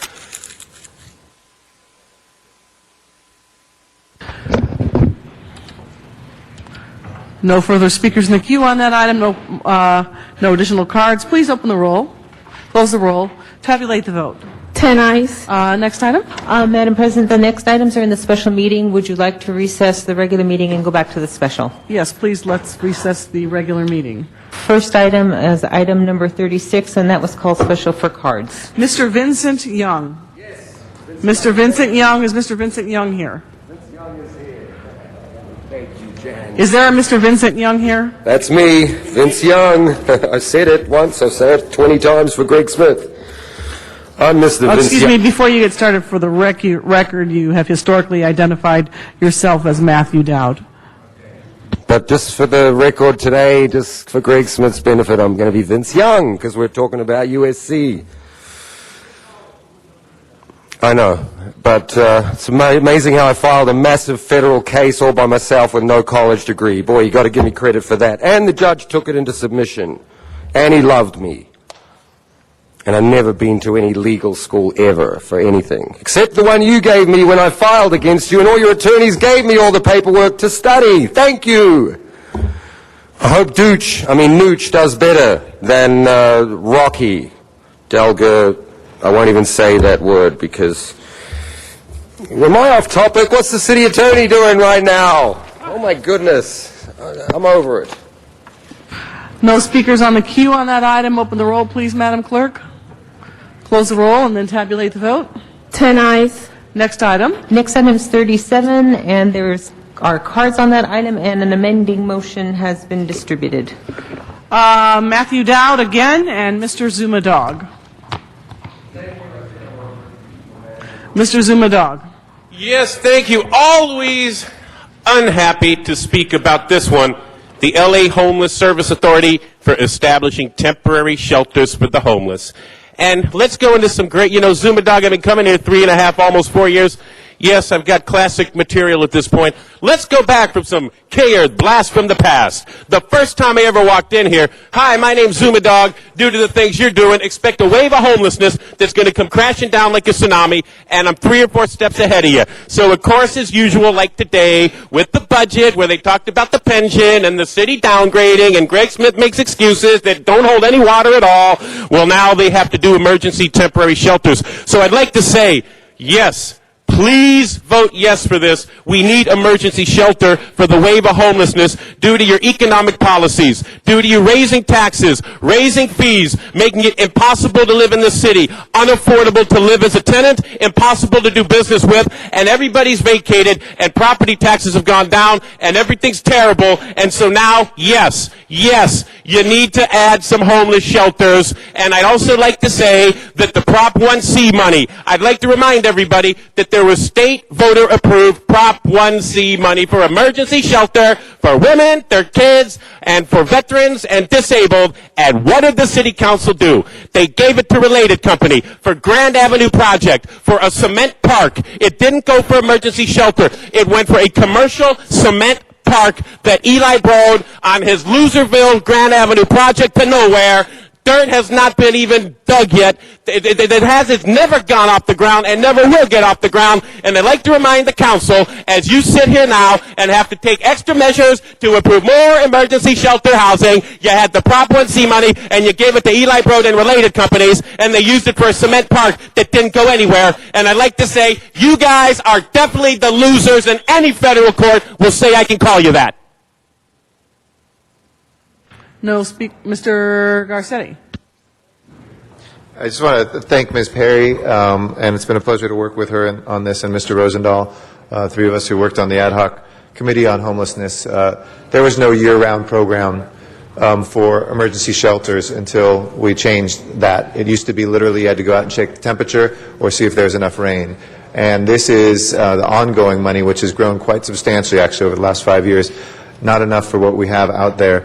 Not money that could have been taken from other things, and certainly not part of CRA money. And last time I looked, the Grand Avenue project actually netted us about $50 million for a park, and not $1 in city funds has gone out. Nevertheless, this is a very important thing for homeless individuals who, especially this year, even despite what LAHSA has said that we've had a reduction of homelessness by 40%, I don't believe those statistics are accurate of what's out there on the ground and out there on the street. So this is our ability to go and have those shelters and places for people to go year-round. I want to thank Ms. Perry. I think with my district, we're the only places that we've expanded beds in the city for emergency shelter, and it's something we encourage all of you to find those spaces to do as well. We consistently have gotten more federal dollars for that, and this has been a big part of making sure that's now year-round and not just in the winter. All right, no further speakers in the queue. If you'll open the roll, close the roll, tabulate the vote. 10 ayes. Next item. Next item is item 38, and that was also called special for cards. All right, we have Arnold Sachs. Arnold Sachs, are you here? Come on up, Mr. Sachs. Following Mr. Sachs will be Mr. Zumadog. Yes, thank you. The approval of these track maps and the conditions that are put forth by Plum for these tracks, they won't include any vetted permits like you foolishly did at the AEG complex, the LA Live complex, or will they? Because you have vetted those permits that the developer, not a advertising firm, but the developer asked for to put up their own advertising. So I was wondering that if a developer of one of these tracks wants to build a project and put advertising up, can they come back to the court and say, well, listen, the city council said permits are vetted by Plum. They have nothing to do with building and safety that issues permits for companies that aren't the primary developer of the property. For companies that want to come in and put permits, put advertising up on buildings that aren't the primary developer. Mr. Smith, it must be comedy hour for Mr. Smith. Good. Because you had two committees come in to ask about those permits, and only one on the follow-up conversation. So there must be a connection between the qualifications that are vetted by Plum and the permits that are issued by Building and Safety. Again, same question. We know how much fun you have in litigation in the city of LA and what it costs the city and the public. Will that be a problem for the city in the future? Mr. Dog? Wow, what do you know? They're trying to cram so much density into the city, they got to have special agenda items. You just heard me talk about track maps, and I did 2 minutes on that. Oh, here's more track maps. So I get to talk about it all over again. Okay, people, this thing's called track maps. You're seeing it on your screen right now, and you see them come through here all the time. Blueprint for density. When you say, wow, everybody's moving out of the city, nobody can afford to live here. Businesses can't afford to operate, and everybody's leaving. Well, what do? We build more density projects, more more skyscrapers. Tom LaBonge's great district, Miracle Mile, they're just packing in condo density madness, even though there's nowhere to park. And I was contacted by property owners in LaBonge's district saying, we got beautiful units, and people are leaving, and they will not rent because there's nowhere to park. It's a small issue. If I could seriously ask council to do one thing for the benefit of the district, it's to build parking structures through the city. I'd like some of these track maps to be public parking facilities so people can live in the areas that they're trying to live in. And again, with all this density, the problem is we just heard the people say that we don't have enough money to operate the city. We're facing bankruptcy talk. We're losing a lot of good qualified workers through early retirement, and we don't have, so we're not going to be able to, the schools, they're cutting the school staffs, they're cutting staffs everywhere. They're going to have to consolidate departments, eliminate departments. So I don't see how you can take on more density. I don't see how you can say, let's have more people come here, let's build more, when the roads are too crowded, you can't afford to operate the city, it's going bankrupt. Can I ask you just to get your mouth a little further away? It's quite loud. Thank you. Yes, that's the problem, I'd like to say.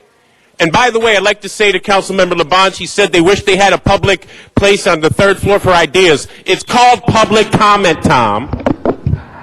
Very good. That's the only thing. Steve good Gill you is our said. next speaker. Yes, Mr. Smith? Things that Mr. Dogg says we keep allowing these track mix. First of all, many of them they're required by state law. Mr. Dogg? Mr. Dogg? I would warn you and ask you to please act responsibly in the council chambers. I was going to show the people watching on Please television do. what a fool he is, but he's gone. I won't bother. Thank you for your patience, Mr. Gill. You're now before us. Good afternoon, everyone in the council. I was just going to say that I'm also against density because in my community, Echo Park, we are experiencing gentrification, and lots of times things are developed, but you don't ask the question for who is the development going for. You don't really look at the impact on the actual community has been historically living there, and that's that. I waive the rest of my time. Okay. Thank you very much, Mr. Gill. Appreciate your comments, and thank you for your patience today. If we can please open the roll, close the roll, and tabulate the votes. 10 ayes. That is approved. If we can go to the next order of And business. that concludes the items on the special meeting. If we Would you can like to adjourn that and come to the regular meeting and next order of business? Council has motions for posting and referral, Those are posted and referred? and that clears the desk. Okay. Any announcements beyond, of course, we wish everybody a very happy Thanksgiving. It's a difficult season this year and a difficult year, but we hope that everybody has some time to be able to spend together with family and to help those who need our help this year. I know there's a lot of different events that are happening and feedings and different meals that will be shared around the city. I'm sure folks have some of those announcements, but just want to wish everybody a very happy Thanksgiving. Mr. Cardenas? Thank you. Two points on Thanksgiving. As you said, Mr. President, happy Thanksgiving to all of those who celebrate Thanksgiving, and to my Native American friends, may you have a wonderful day. I know it's a different reflection for you on that. Thank you. Thank you.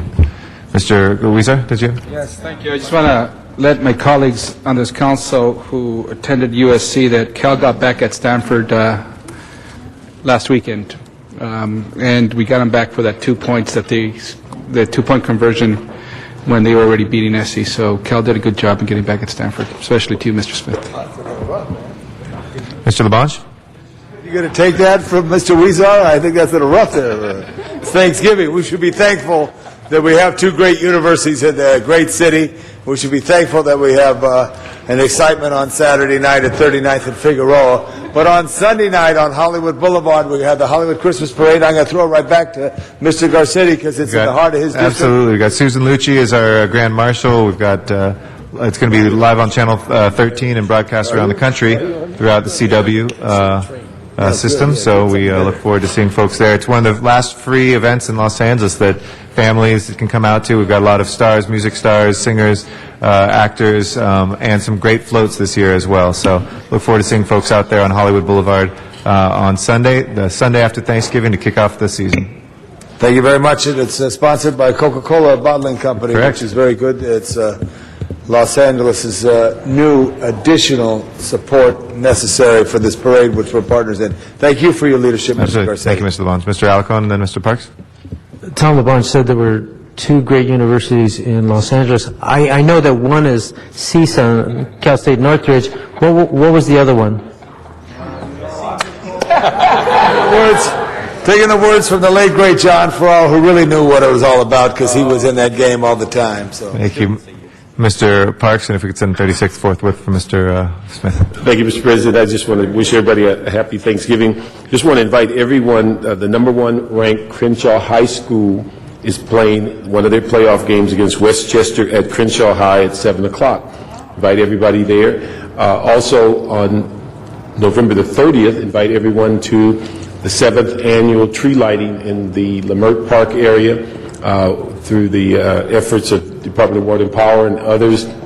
We'll be lighting a 50-foot Christmas tree in Leimert Park.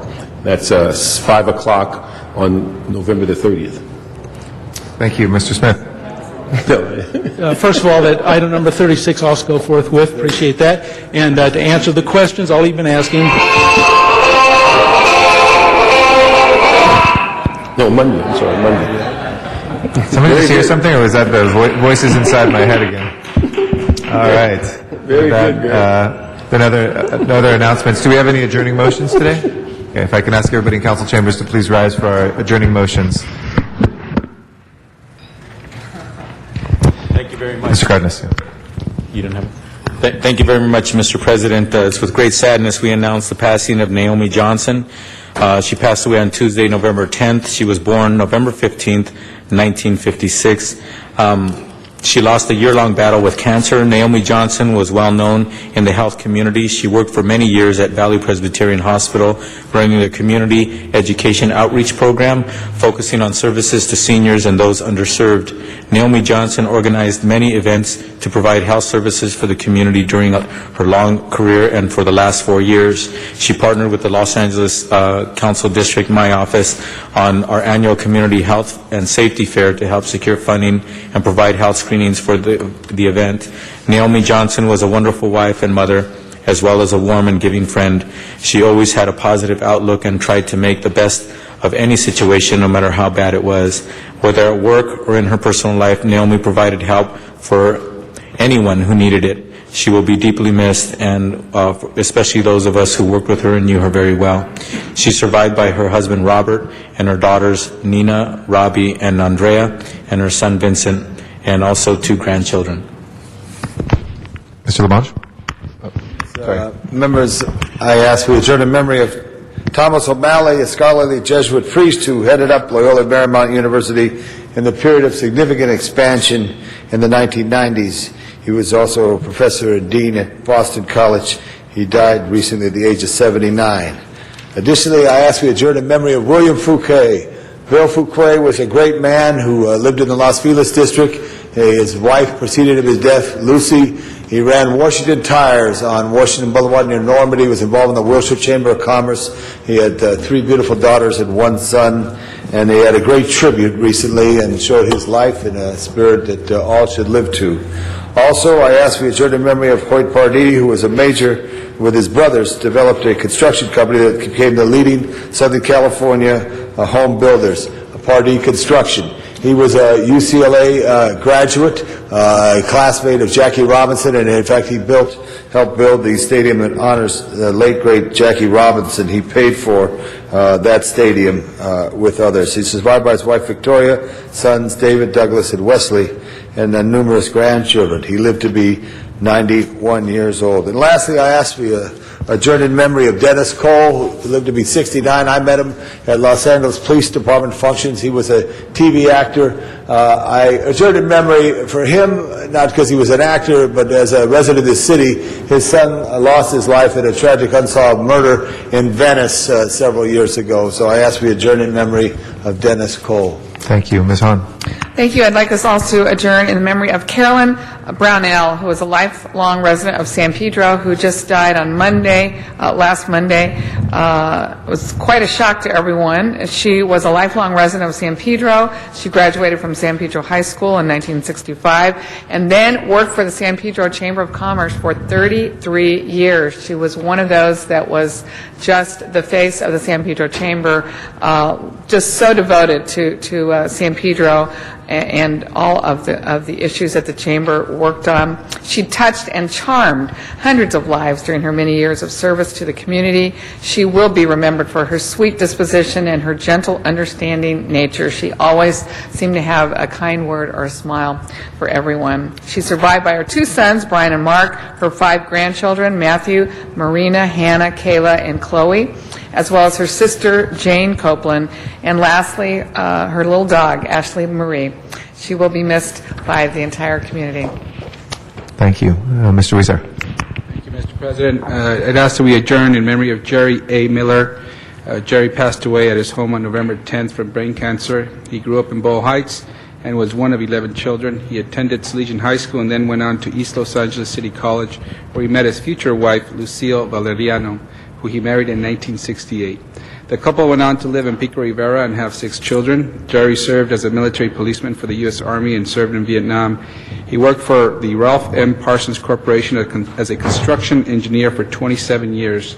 Jerry and his family have been long-standing parishioners at St. Mariana de Paredes in Pico Rivera. He was admired by friends and family for his sharp wit and wonderful sense of humor. His favorite pastimes included traveling with his wife, golfing, fishing, and going to the movies. Jerry was diagnosed with a malignant brain tumor in 1998, the same year that Lucia was diagnosed with breast cancer. They fought their cancers together for over a decade. Jerry often referred to himself as the walking miracle. In addition to his wife, Lucille, Jerry survived by his children, August Miller, Anita Reese, Angela Galavis, Renee Thomas, Gabriel Miller, Veronica Romero, and 8 sweet grandchildren, many of whom were with him when he passed. He will be missed. Thank you. Other adjourning motions? Mr. Smith.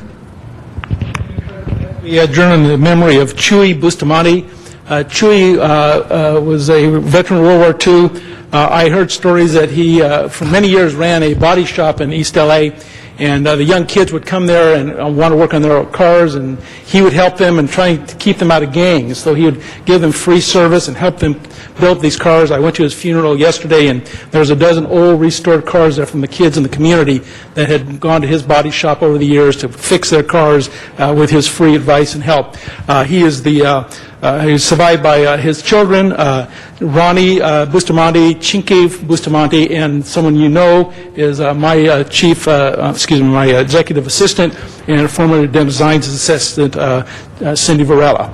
It's her father. And so we were very pleased. The whole 12th District staff went yesterday the day before yesterday to the funeral, and a tremendous outpouring of community love for this man. So on behalf of the 12th District and Cindy Varela, my executive assistant, We'll put all members on that. Thank you. Any other adjourning motions? If not, everybody have a safe holiday. We will next be in session, not this coming Friday, but next Tuesday, that's December 1st, at 10 a.m. here in Council Chambers.